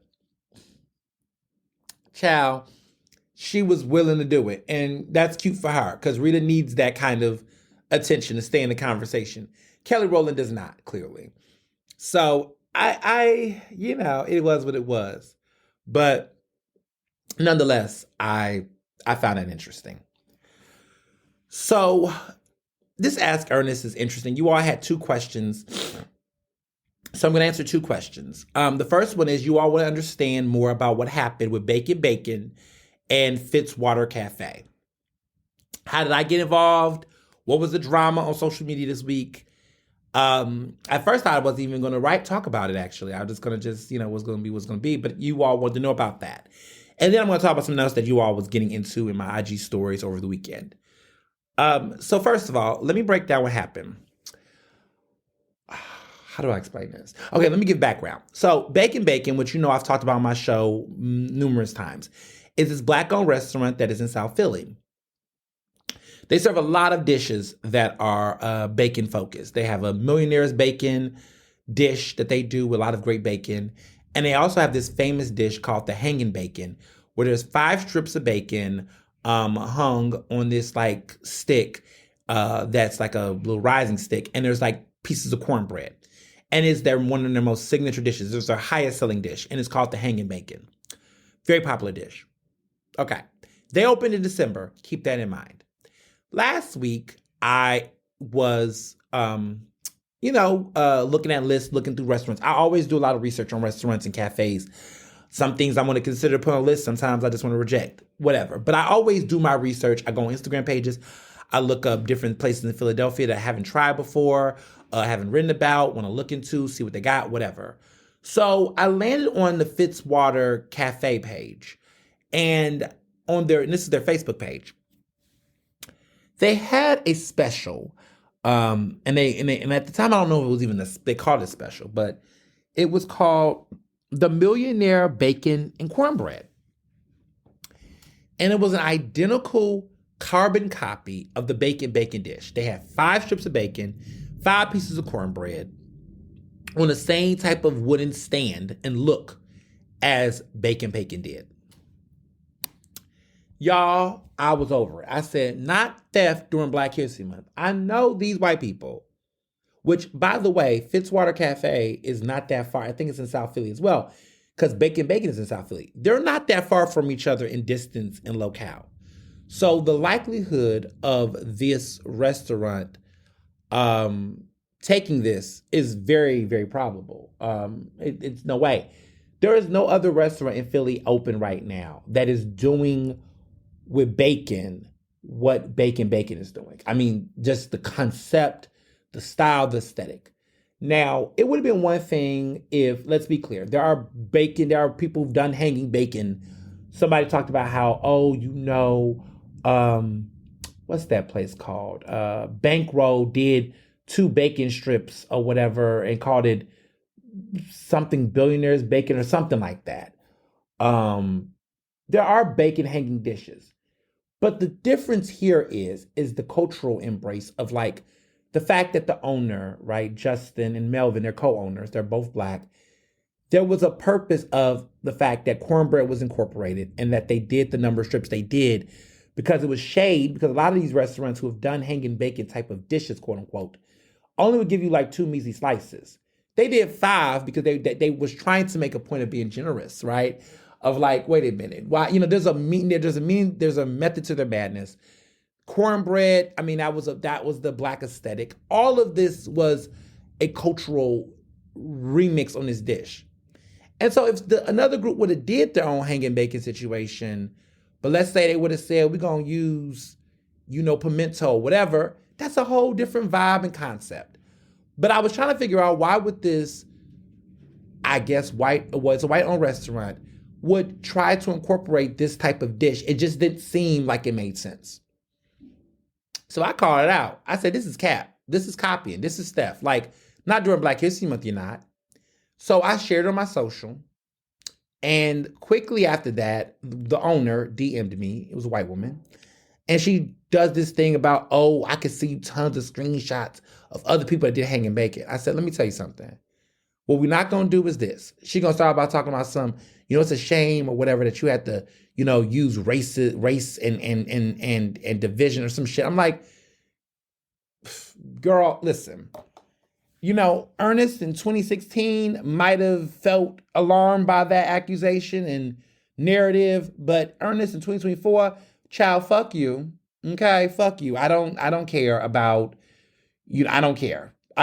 You're not about to, use all of the things to try to victim blame and guilt trip me because I'm speaking out. Okay, I'm just not doing that. Okay, like we're not doing that. You stole a concept, right? You took something, you literally copied somebody else's like entire presentation, like from the number of strips to it was just corny. And you live not that far. You cannot tell me you wasn't inspired. You can't. How do you justify it? If you want to do bacon, you could. Why cornbread? You know why you use cornbread? Nope. Why the 5? Why the same? Like everything about it was like, just admit that you copied this and you thought it was cute. You thought it was cute. And the gag is that if all of this is true, that there was this concept been around, your restaurant's been around for a long time. Why did you do it in February when this restaurant was opened in, I don't know, December? You could have got a head start if you wanted to do it. No, what happened was you saw that a Black owner took a risk that you wasn't willing to take and created a product that was selling that I know you've seen. Because as the food editor of Eater Philly, as the editor, I did a story about them in December. I literally used that image of the bacon, hanging bacon, as one of the leading photos and promotion of that story. That dish is very recognizable. It's a very recognizable dish in the current Philly food zeitgeist. Like it's a very iconic dish already. Like people know what that dish is. People know. Like people will look at it and say, I've heard of that. I've seen it before. They might not know where per se, but people have seen it. It's a very signature look. So rather than simply acknowledging what she did, she decides to go on her IG story through the Fitzwater Cafe. And she posts all these pictures, random pictures of of bacon hanging in different dishes. None of them had cornbread. None of them were identical to the one that she copied. But She doesn't say anything. She just shows these images. Passive aggressive. And then it gets real fucked up. She screenshots a Google search of cornbread and she highlights it to that where it shows that cornbread comes from Native American cuisine. Y'all, open back to schools. Open the schools back up. Please open the schools back up. I don't know what happened with the Philadelphia public school system, but we need to really get these schools in top notch, because we cannot have another generation of ignorance and woeful ignorance, mind you. I used to always tell people to Google.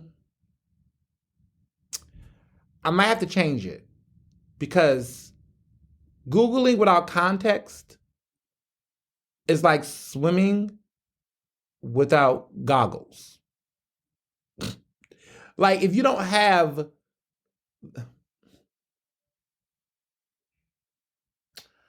What this woman was trying to imply is that, I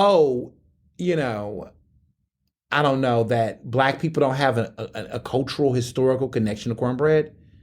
That's not original, because she assumed that these people were Black and that was it. Oh, I'm sorry, newsflash. Justin is actually part Native American, Indigenous, and also Black. I mean, he didn't have to share that to be believed, right? To even get more connection. He could just stay Black for the sake of whatever. Because I'm just, I'm Black. I mean, if I got some Indigenous people in me somewhere, I mean, possibly, I don't know, but I'm just Black, y'all. But Justin does have, Native American. He can trace his family roots, his grandmother, and all of these things. But it's a shame that assumptions was being made. And I think that's the problem. At the end of the day, just doing these things that this woman was doing was microaggressive. It was a microaggression. It was a racial microaggression. It was an ethnic microaggression. And everything that she did, to me, only further proved the legitimate harm and the disrespect. See, this is the stuff, white people, that creates the animosity that you all keep acting like y'all don't want. The failure to acknowledge harm and wrongdoing. The failure to admit you're wrong. And when you look at Black people and Black and brown folks and be like, why am I being treated sus because of some bigot?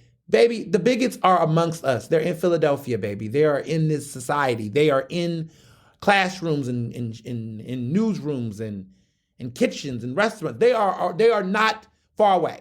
And we're at a point where you can't tell the difference at this point. You can't tell the difference between, oh, this white person is going to be nice, because white supremacy is so ingrained that there are more people like her than there are more people like the ones y'all think y'all are. And you got to check yourself. You got to check yourself.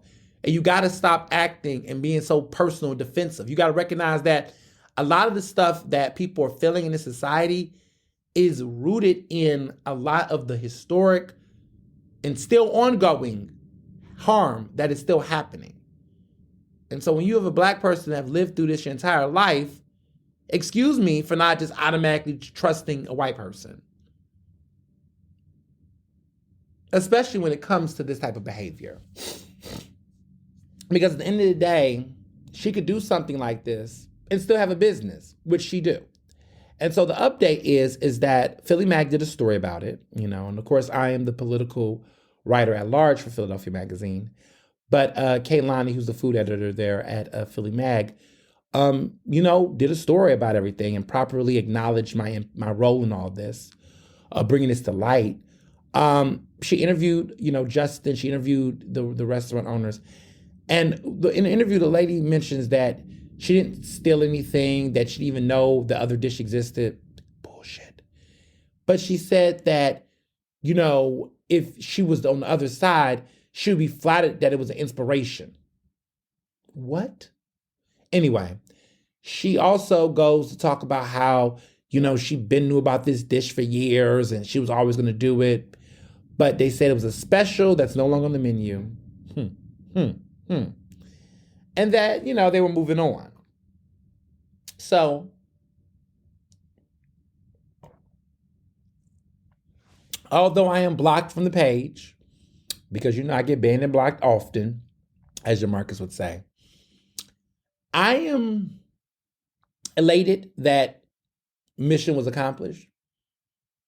I mean, I was upset that the dish was on the menu. And I'm happy that it's no longer on the menu.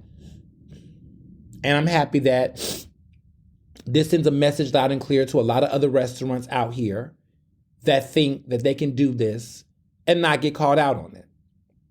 So, I feel vindicated. Because if you felt like what you was doing was right, you would have just kept it. You would have stood on business. But you knew the shit was fucked up. And everybody knew. And shout out to the influencers, the black influencers that spoke up and said something. Because this happens too much and we don't say anything. It don't just happen to black cuisine. It happens to Latin cuisine in Philly. There's people out here doing dishes, copying dishes. A lot of Asian dishes have been hijacked. And we're tired of it. We're tired of the theft. Stop stealing from black and brown communities. Stop stealing from, cuisine of color. Get your own shit. Work with chefs. Give people credit. Do collaborations. I love collaborations. Do collaborations with chefs. Bring them to your restaurant. Let them do something for, a month or something. Do residency programs. There's other ways to address it. That's why I really respect Chad Rosenthal at the Lucky Whale. Chad knew the business. Chad is a white man. But Chad just like, look, I'm not going to go and steal Vietnamese cuisine, things. I want to incorporate. I'm going to hire these chefs, give them this incubator space, make the best damn food and have a good time. I swear to you all, I can never stop thinking about the great experience I had last year with my husband, Amanda, and Joe. All four of us just really ate that food. And that food was so good because they were made by the people who originated those, the whole concepts behind those dishes. I mean, they just were phenomenal. Chad could have been a colonizer, a culinary colonizer. He could have just said, you know what? I'm going to just go here and study these people's dishes. And I'm just going to cook them in my own restaurant. No, he brought them in, gave them exposure. And now some of them have moved on. They're being executive chefs at other restaurants where they can take their food to the next level. We love to see it. Okay, so for Black History Month, we ain't stealing. We ain't stealing Black History Month. We ain't stealing Women's History Month. We ain't stealing Prime. We ain't stealing none of these months, okay? But just be mindful. That's all. So my second Ask Ernest question was about silence. You all saw a post I was talking about in regards to why I think moving in silence is one of the worst pieces of advice that we have given in Black and brown communities. And people wanted to know more about why I was thinking like this, what happened, yada, yada, yada. So, over the weekend, I was spending my lovely time with Mr. Johnson for his birthday and everything. And somebody got in my DMs and kind of made this note about like, oh, how do you feel about posting, all the places you going and doing, a word of advice, you got to move in silence, people can't see all your moves and yada, yada, yada, just going to this thing. And I just thought to myself, for some reason, that just pissed me off. And normally I don't get pissed off by dumb shit people advise. A lot of people just want to give me unsolicited advice that I don't ask for and quite frankly don't need. I mean, you all, some of you all, not real supporters, but there are always people who just, I don't know, feel cavalier to get in my DMs and tell me something, whether it's about my weight, whether it's about the way I'm wearing an outfit, if it's got too many colors,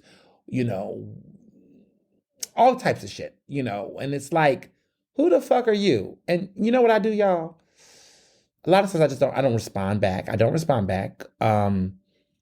Sometimes I will block, depending on the nature. Sometimes I just leave on red, and then I see the person in person, and they try to come up to me. I look at them like I don't know who they are. I look at them like an alien. Yeah, I just don't need people's unsolicited advice where it's not warranted. I don't. And I think we in society have to get used to telling people no thank you when people want to interject their own ideas on us. We sometimes feel like obligated to receive advice from people, but like check the source.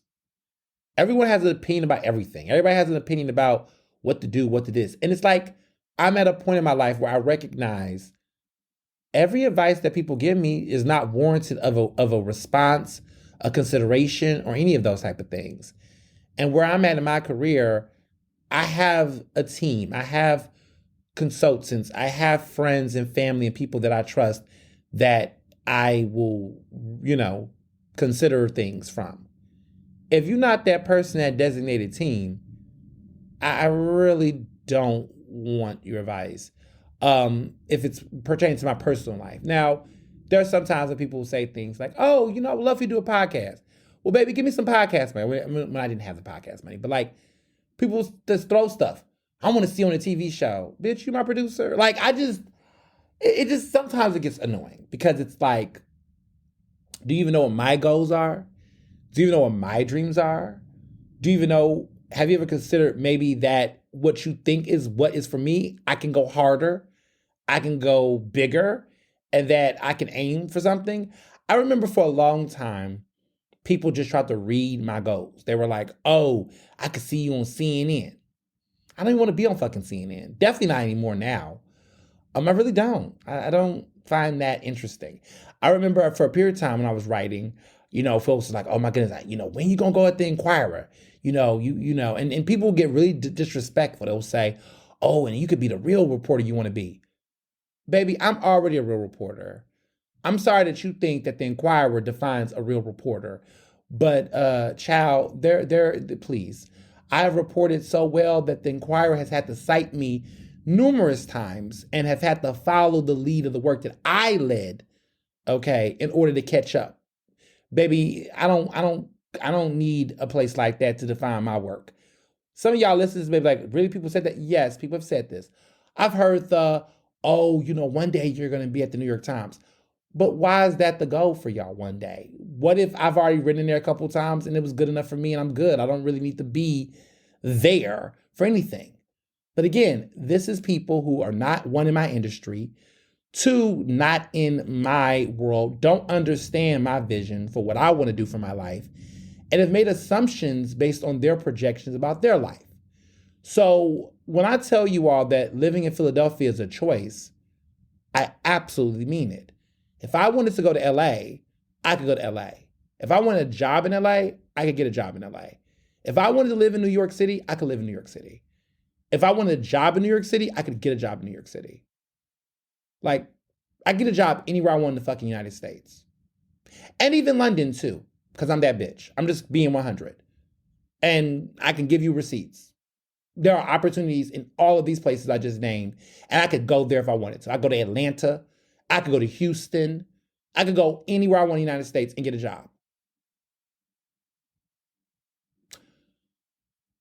Not that it's any of your business, but I also have a husband who has a career. I also like the living I have in Philadelphia, and my friends know that. I like being the king of Philadelphia, as Nina will put it, or the mayor. She calls me the mayor, the king of Philadelphia. I like being the king of Philadelphia. I quite frankly don't want to go to New York and have to reinvent myself all the way, or have to deal with the social politics of New York City. I just don't care for it. LA, I would definitely blend in faster in LA. I know that for a fact. But also, LA is just too much, It's fun for a weekend, it's fun for a week, but I couldn't live like that. Because the lifestyle I live, it would just be over the top. Like, I know there's people that live in LA, they're like, oh, it's okay to live here, baby, but you're not living like me. It would be too much. It would be too much. So I love Philly. I love that if I want to go to, I could go to DC. I could easily go wherever I want. I love that I'm in an area where if I want to go to DC, I could. If I need to go to New York for work, I could go to New York for some work. I could do different things. But don't get it twisted. Just because I live in Philadelphia don't mean I don't get checks from the West Coast to East Coast. I have to get, every time I do my taxes, I get checks from LA, I I got to account for those. I get New York checks. I've gotten DC checks. I get Great Britain checks. I get a lot of checks from different parts of the country and have to work on that on my taxes and make sure all that's straightened out. So it's not a thing. Any of the places I've written for have asked me, could you come, what would it take for you to come down here and work for us full time? And I said, nothing, baby. My freedom is priceless. These are choices. So, people that just be thinking that Ernest Media Empire as a business is just a temporary situation. It's not. It's a permanent fixture. I love the way I work. I love the control I have, the creative control I have, the actual copyright control I have of my work. I love that I can call my own shots. I can say yes, I can say no, I can say maybe, I can say so. I love that because in this industry, if you listen carefully, how many of your faves are consistently complaining about the lack of agency that they have in their careers? And that a lot of them get burnt out, washed up, don't want to be in the industry no more, get into drugs, alcoholism, and depression because of the fact that they got duped and bamboozled. I hear more stories like that than stories like mine. And until we get to the latter more than the former, then it's going to be forever me working this way because I refuse to do any other way. And so I say all this to say that when people have these conversations about moving in silence, if I moved in silence the way that you all think it works, I would not be here. Throughout my life, I was always told to move in silence. Move in silence about your achievements as a smart Black person in Ivy League school. Move in silence about your sexuality. Everybody gotta know your business. Everybody gotta know who you in the bed with. Says a straight man who loves to tell everybody how many bodies, quote unquote, he's had in his life.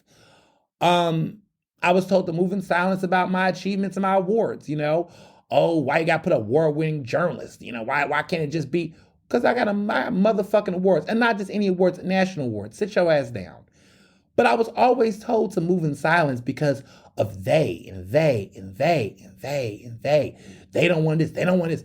And I was just sitting back and I'm just like, well, for me, it was like, if I'm moving in silence, if everybody is supposed to move in silence as a mode of thoughtfulness, whatever, then how do we get inspiration? Because when I look at the people that have inspired me in my career, they were out. They were proud. They were people who had courage and integrity. And there were people that took risks and made the difference. How do you get inspiration? How can you be inspirational if you're moving in silence? If no one knows what you're doing, how you're moving, how do people get inspired? People who did not move in silence. MLK, Malcolm didn't. Chisholm didn't. Lord didn't. Rustin didn't. Baldwin didn't.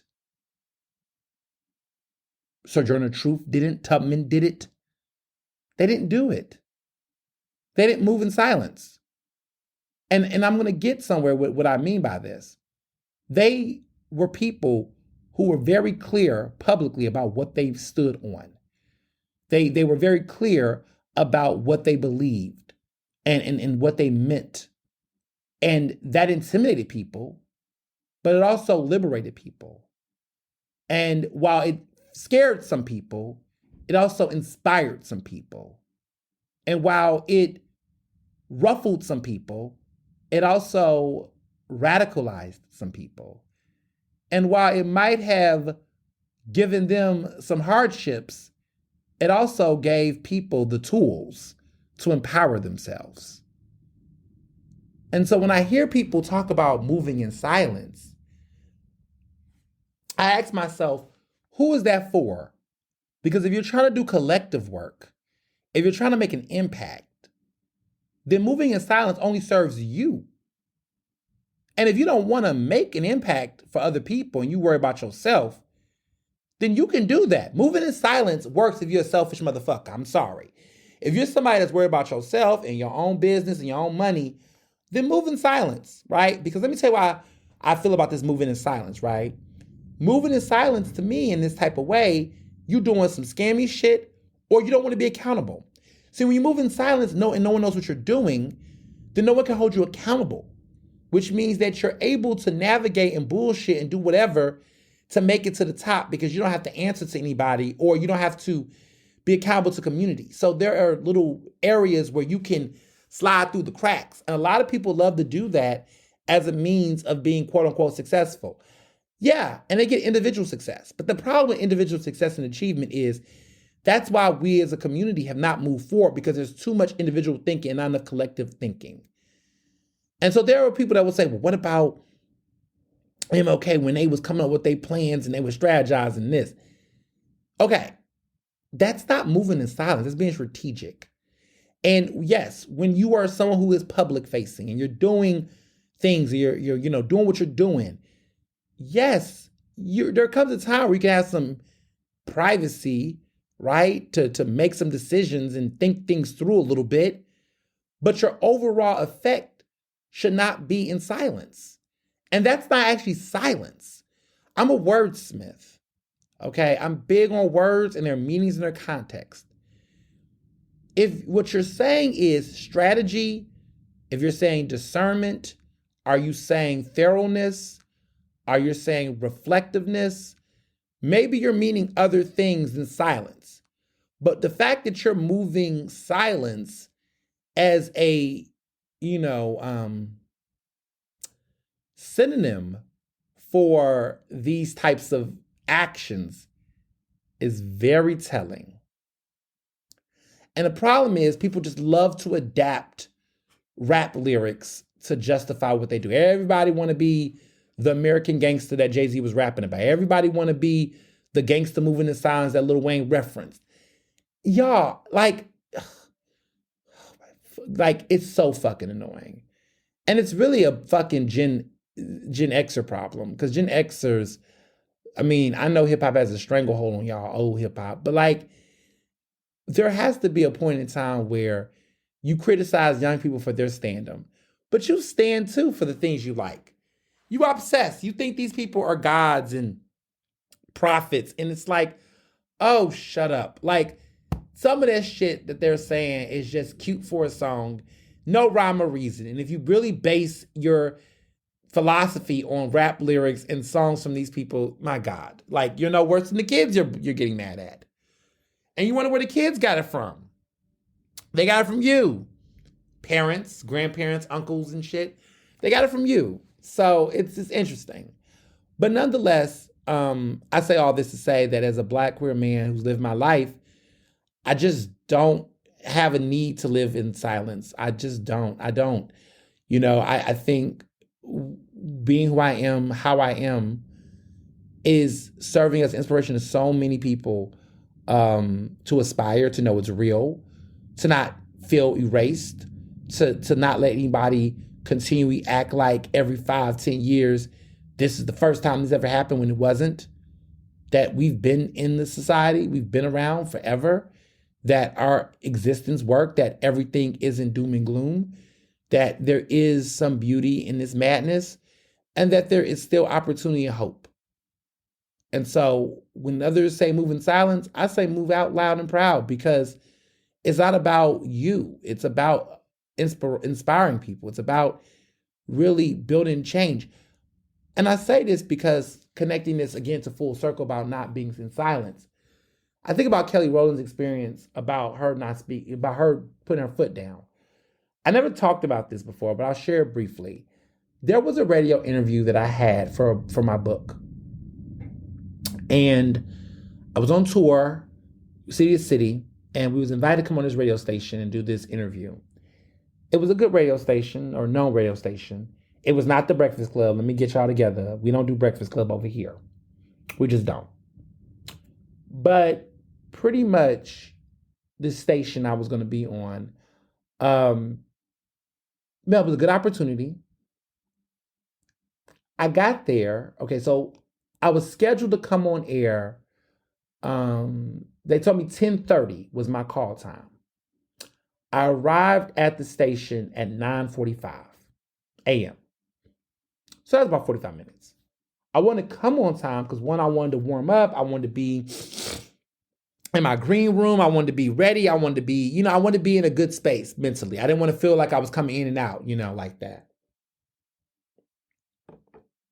I get there. They know I'm there.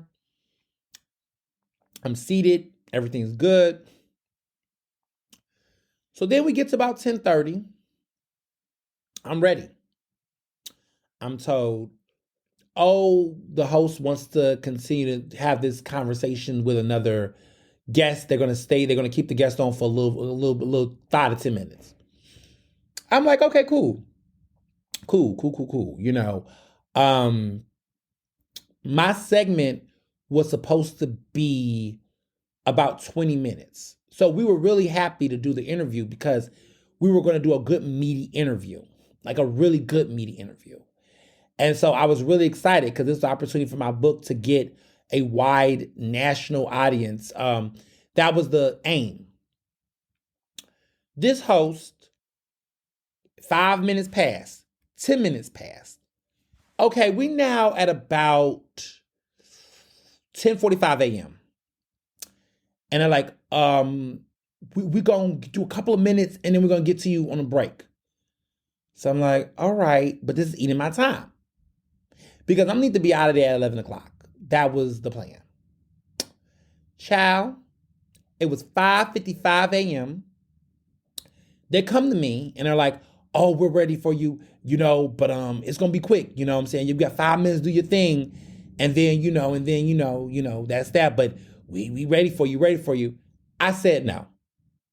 I said, I'm going to go. I said, this was fine. This was good. I just did not appreciate my time. And my publicist was like, yo, they weren't mad. I just said, I can't explain this topic on council culture in this type of way for 5 minutes. I said there were several questions I was given. I prepped, I worked for this, and I'm sitting here, and it's not because of technical difficulties, but because this radio show guy wants to keep this conversation going with a dumb idiot that he was interviewing. It wasn't even like a big guest or like a politician or anything. It was like some guy before me that was talking about the battle of gender, sexes, and things. And, again, I tried to be respectful. Like, I came at 9:45, just to be present, to be there, right? To take this seriously. And you're telling me my segment starts at 10:30. Cool. So I'm thinking, look, 10:30 to 10:50, a good 20-minute segment with some callers and conversation. You do all that to tell me that I got to hurry. The producer is like telling me you got 5 minutes, make it tight, make it, how do we go from 20 minutes to 5 minutes? And so I'm at this studio for more than an hour. I'm here. My time is precious, or you didn't, and you thought you was doing me a favor.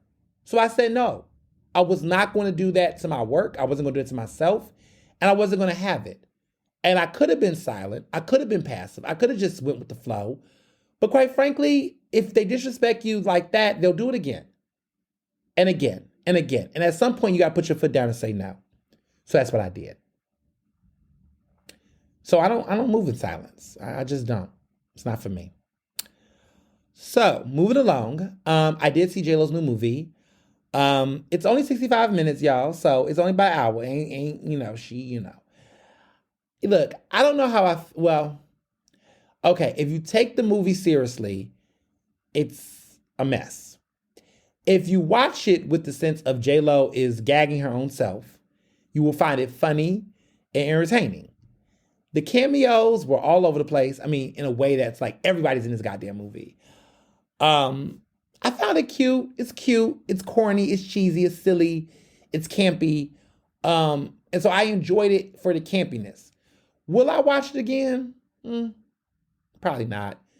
But it was good to watch one good time in Kiki. I don't necessarily need to watch it multiple times, but it was cute. My $1 million question is, why is J-Lo still trying to do music? The acting is where it's at for her. I don't know why she keeps trying to force music on us. I don't need any new music, especially if the ghost of Ashanti is not on the verses, baby. I want Ashanti J-Lo, okay? I want Ashanti vocals if it's going to be a J-Lo track. I think that's why I haven't liked the music lately. Because the past 10 years, she ain't had a hit to me since On the Floor, and that was with Pitbull. This new music she's been doing, I just find it corny. And I do believe it's her singing, which is why I find it corny. But J Lo is just J Lo just has J Lo is just J Lo. She look good though. She always look good. You can't take that from J Lo. J Lo's gonna always look good. And J Lo has talent. Sometimes the talent is misplaced, but J Lo does have talent. I will give her that. She is an entertainer. I will give her that. So to music, the new Ariana Grande, Mariah Carey collaboration on this Yes and remix. I'll just say this. Mariah is the queen of remixes, and Mariah knows what a remix is, and this is not a remix. But it is cute. It works. I don't know if it makes me listen to this song more. I like the original and Yes and more, but I don't mind this Mariah Carey little collab. I think Mariah Carey is trying to get another number one. Okay, that's what I feel. I feel like Mariah is trying to get her 20th number one on Billboard. I think she's trying to either tie with the Beatles or something, but I get a sense that she's trying to do her big one and get this number one on Billboard because, she wants to keep the track going. She's has a number one in every decade, and I think she wants a fresh number one because All I Want for Christmas Is You, that's cool, but she's a new number one. And I kept trying to figure out what would be her next number one. And so she's made old songs go number one. Now she's got to get on these songs. So the Mariah Carey Ariana Grande collab is unexpected but beautiful. For a long time, people have compared Ariana Grande to a younger Mariah when she first came out. And Mariah can sing, and clearly can sing, but Ariana Grande can sing. She can sing. She has a lot of other shit that she don't need to be doing per se. But vocally, you can't deny her talent. So that's pleasant. But yeah, I really, really like that. I really liked the whole Yes and song, and I get it. Hopefully it goes number one. But first we gotta let Beyonce go number one. Texas Hold'em needs to go number one. We need to keep her, everybody needs to get a chance on these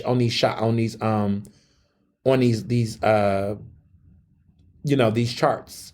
Cause I don't know why everybody keeps letting Jack Harlow get number one. Okay? Love It On Me, whatever the hell that song is giving payola. I don't see it, y'all. Do y'all know something I don't know? The song is okay, but I don't get why it just consistently stays on the charts. I'm just not impressed, personally. But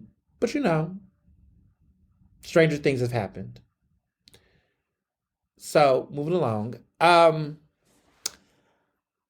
This Chris Brown thing, I gotta talk about it. I'm getting tired of Chris Brown fans. Look, y'all can still stand for that man. That's y'all prerogative. I can't take that from y'all. But I'm getting tired of narratives. So the recent narrative around Chris Brown has been that I guess people feel like he can't get a break. That no matter how much he tries, he's always going to find himself in this type of predicament where it's damned if he do and damned if he don't. And, to a certain extent, I don't believe none of that, okay? It's just bullshit. Because in this latest situation, we're reminded yet again. So, apparently the NBA had invited him to participate in the Celebrity All-Star Game. He was invited to participate. Everybody knows Chris Brown can play some basketball. That is just a fact. He can play. But apparently at the last minute, there was a reversal in fortune where he was told that his invitation was rescinded. And apparently the allegation was that some sponsors felt uncomfortable with working with him. Ruffles, potato chips in particular, allegedly at the time, he was claiming that they had an issue with him and the brands did working with him or collaborating with him. As a result, he took to social media, call it out and put it out there. Of course, his fans were all like, I guess he ruffled some feathers and began to talk about they were going to boycott Ruffles. And, he starts going this tirade about how he's a man trying to move on, but nobody wants to let it go, what he did years ago, yada, yada, yada. And of course, several fans decided to get in there and say, well, if this is something this man did years ago, how can we keep holding this on him? Let it go. It was 15 years ago. It was in 2009. It's 2024. And this is in regards to the Rihanna incident where Chris Brown assaulted her. And, we all know what happened. So they're just saying, like, at some point, where's the redemption arc? This man did this in his teens, and it's all this. And he's just like, I'm forever being tried, for something I did. And, where can people let it go and move on? That's the narrative, right? Okay. And so then, interesting enough, somebody who's just dumb, Tamika Mallory, who is, she refers to herself as an activist. That's how she refers to herself. I went viral, did a thread where I addressed some of the things that she said. So she said on Instagram when the Shade Room had posted this, does there come a point when a younger person who did something wrong gets to move forward, or does he hold them to their actions, or do we hold them to their actions forever? Does it matter that Rihanna, the victim, moved on? Should we pick up the ball and run with it? Is there something Chris Brown should be doing or should have done to earn back the respect of the people? How should we talk to our young people about redemption or the absence of such? These are not rhetorical questions. I really want to get a sense of how people genuinely feel. And let me say up front, I don't follow Chris Brown news, so I don't know all the details. My intention is to provoke a conversation that's bigger than one person. And this, by definition, is bird behavior. Here's the part that I'm going to just say, and this is where she should have just ended everything at. Quote, and let me say up front, I don't know Chris Brown news, so I don't know all the details. And that is the point, that when you wrote that, Tamika, you should have said to yourself, wait a minute, let me just go ahead and not even write this. Let me just erase all of what I just said, because I actually don't know the details, so let me shut the fuck up. How do you provoke a conversation predicated on a false pretense? The pretense is wrong. The context is wrong. The framing is wrong. And so therefore, starting this conversation off wrong and acknowledging in the framing that you don't know the details is hella harmful and fucked up. And so, I would used to think that Tamika Mallory was just naive. No, she's not. She has a history of caping for problematic ass people. Look up her and Russell Simmons. Just look it up. Look at how she disparaged, Tamir Rice's mother when trying to defend Sean King. Her track record is fucked up. And so, honestly, it's no surprise that that was her response and her reaction. People will show you who they are so many times, and you want to believe and you want to give people grace, but at a certain point, what you're doing is harmful. So let me just start off by saying that Chris Brown's consistent atrocities is not solely based on a Rihanna incident. And you know what? If it was, so fucking what? But it's not. It was the catalyst to a history, an over decades-long history of violence towards women and towards other people. I mean, where do I start? Do we want to talk about the restraining order with Karrueche Tran? Are we going to forget that the woman that he ended up dating after Rihanna also experienced a very hostile man in Chris Brown? Are we just going to ignore the whole saga with Karrueche Tran?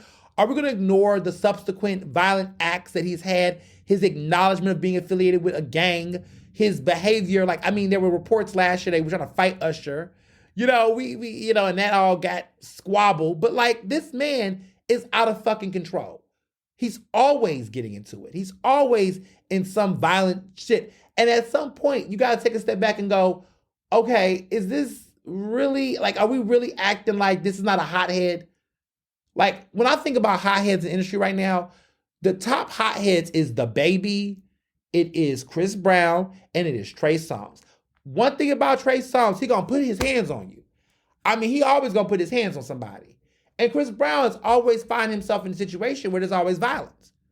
The Drake situation with him, it's just always some shit with him. And at some point, it's the crew you hang out with. It's the whole thing. What the fuck, And so it's just if we keep acting like it's about the Rihanna incident, then we are basically being woefully obtuse. We're choosing to ignore everything else to defend somebody. So if this is your friend, Tamika, and you're just a big old little groupie and you want to just be in proximity to this man and his clout or whatever, just say that. But there's no reason for you to say anything because you didn't know what the fuck you were talking about. And you acknowledged that. So why get on here and create a framework that's predicated off of bullshit? Because she knew what she was doing. And she rightfully so got ate up on social media for it. Because it was bird behavior. And it's very disappointing to see certain people in the community get into those type of roles. Because it's like, come on, you know better. You should know better. But the choice to not is that's what people tell you. Like, how are you aligning yourself along a man who has a record of domestic violence? How do you do that? But you did the Women's March though. Whatever.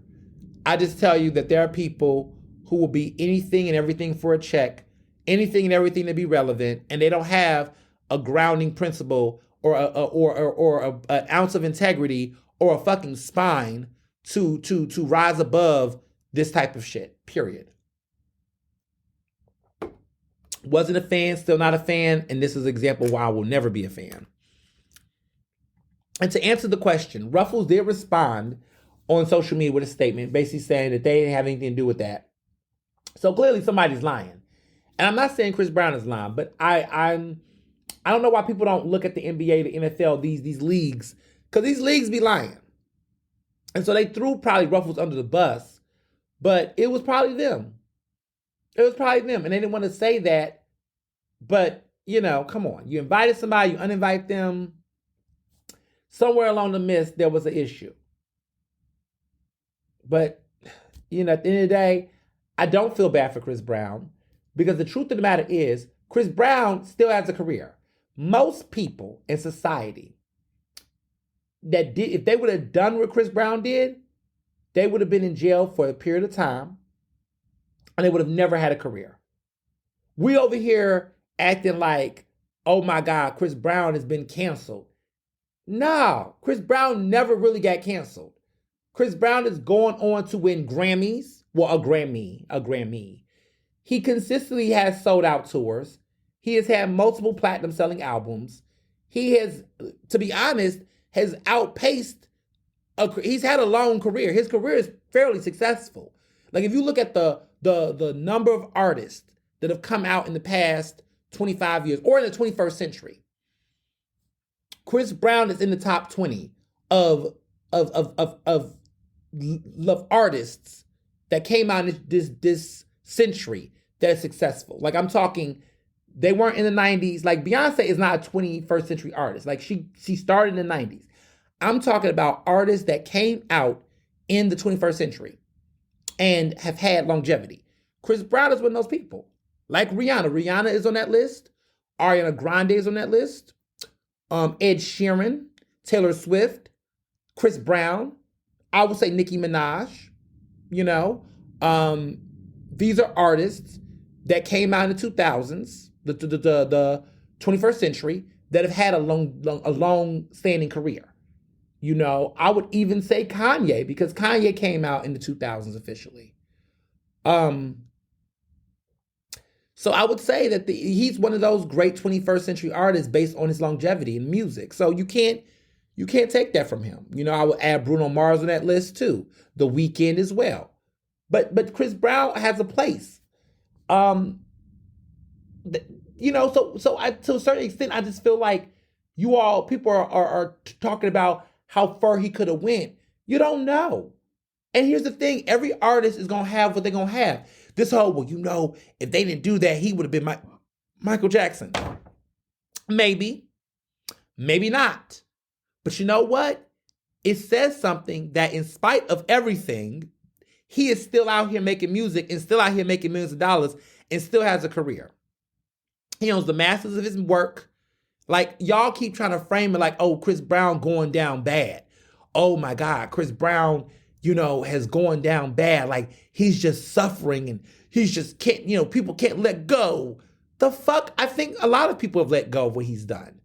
And to be honest, it's been him who's been sabotaging his career. It's never been just about the one incident with Rihanna. Honestly, if it was just the Rihanna incident, I feel like he would be back on his feet. Listen, there have been many artists and entertainers that have done a really bad thing and was able to recover.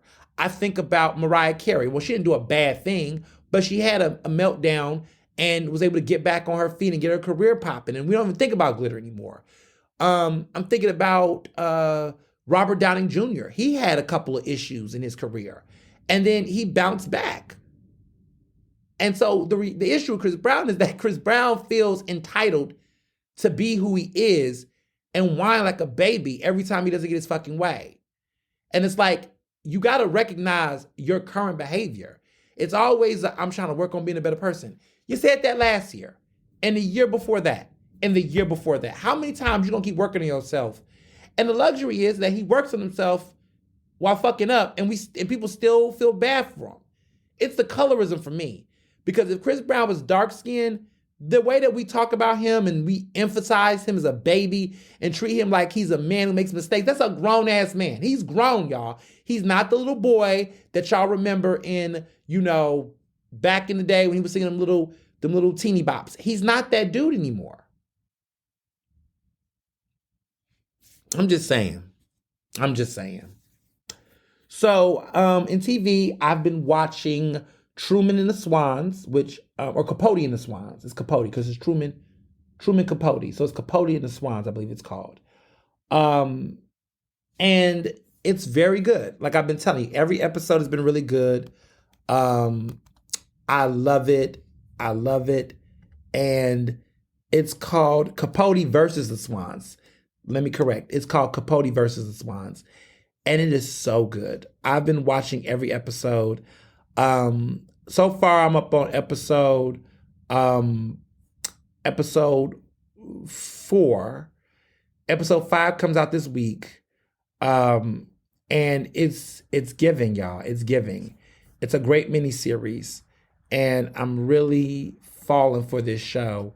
I thought it was going to be, this little show but it's an 8-episode season. So we're halfway into this episode. And I'm really feeling it. So if you have not watched it, catch up on it on FX. Also, another show that I've been watching that I've really been feeling is, Abbott Elementary. An incredible show. Abbott Elementary this season is fire. And every episode so far has been nothing but great. So I'm really feeling the vibes and the energy. And I really think it's great. I really do. I really think it's been great so far. I mean, the cameos, I don't want to tell too much because I know these episodes are fairly new, but they're just doing it. They're really doing it. I feel like they have found their groove. They're in their winning season. I really want this show to win Best Comedy. I know how hard it is because The Bear Season 3 is coming out this summer. And by that time, the Emmys are going to be looking at The Bear Season 2. And Abbott Elementary is going to be up for season 3 will be in consideration while The Bear Season 2 will. But I think The Bear's new little trick has been with Emmys consideration is that because the calendar got moved very fast because of the writer's strike, people are giving Emmys based off of the older, the newer season, even though that's not the one in consideration. Does that make sense? So, okay. The Bear Season 2 came out last summer. People who was voting for the Emmys watched both 2 seasons. And so they loved those 2 seasons that they thought of The Bear for those awards, that, quite frankly, I don't think season 1 should have got as many. But because season 2 was good and they watched that because everything was out at once, they were thinking in a mindset of this as a collective thing. And so I could see that happening, and that's what happened. Interesting enough, if you're with that logic, right, when The Bear is in consideration for Emmys again for season 2, some people might be like, oh, I already gave The Bear awards. Like, I don't know. I'm into this new season of Abbott Elementary that's fresh. The writing is good. I want to award it. But The Bear is going, season 3. Even though season 3 is not in consideration, for voters who are watching season 3, during the time they're dropping it will be when the voting begins for the Emmy nominations. they might get so caught up in the new season of Bear that when they're voting, they're on the high of the Bear, and Abbott Elementary season 3 will be over by then. And so then the Bear is back in the conversation, in the media, in the attention, in the campaign, that the Bear is going to sweep again in the Emmys this fall. That's my prediction. What do I know? I'm just someone who sits on a regional board for the Emmys. I know how this shit goes because now I'm inside. The strategy by the Bear is genius. However, I'm annoyed because I too would like to see Abbott win a Best Comedy Emmy.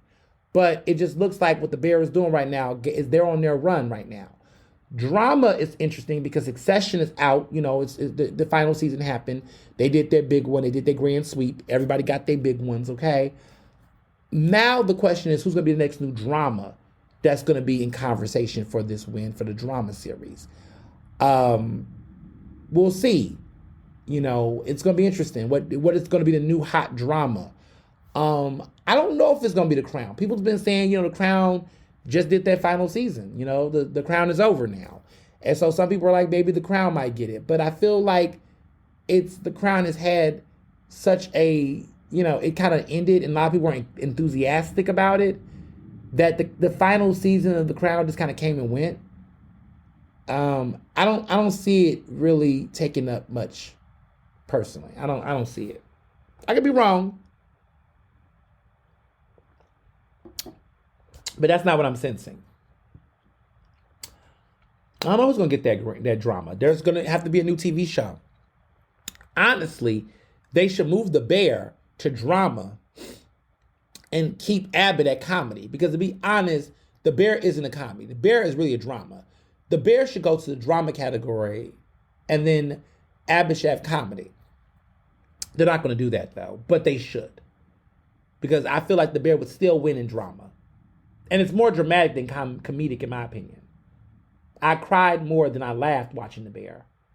I actually found it more gut-wrenching and emotional than comedic and hilarious and humorous. But what do I know? White people like black comedy. They might think it's comedic. I don't know.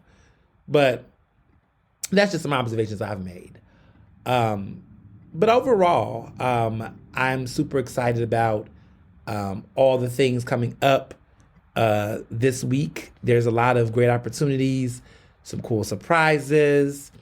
I'm just taking it all in. But this month has been a very good month so far. I've enjoyed this romantic celebratory moment. So, as always, be well and be best. Ernestly Speaking is recorded in Philadelphia, Pennsylvania, and can be found on Apple Podcasts, Google Podcasts. To stay up to date with the latest on the show, follow me on Facebook, Twitter, and Instagram at Mr. Ernest Owens. Use the hashtag Ernestly Speaking to tell me what you thought about this episode, and check out my website at ernestowens.com.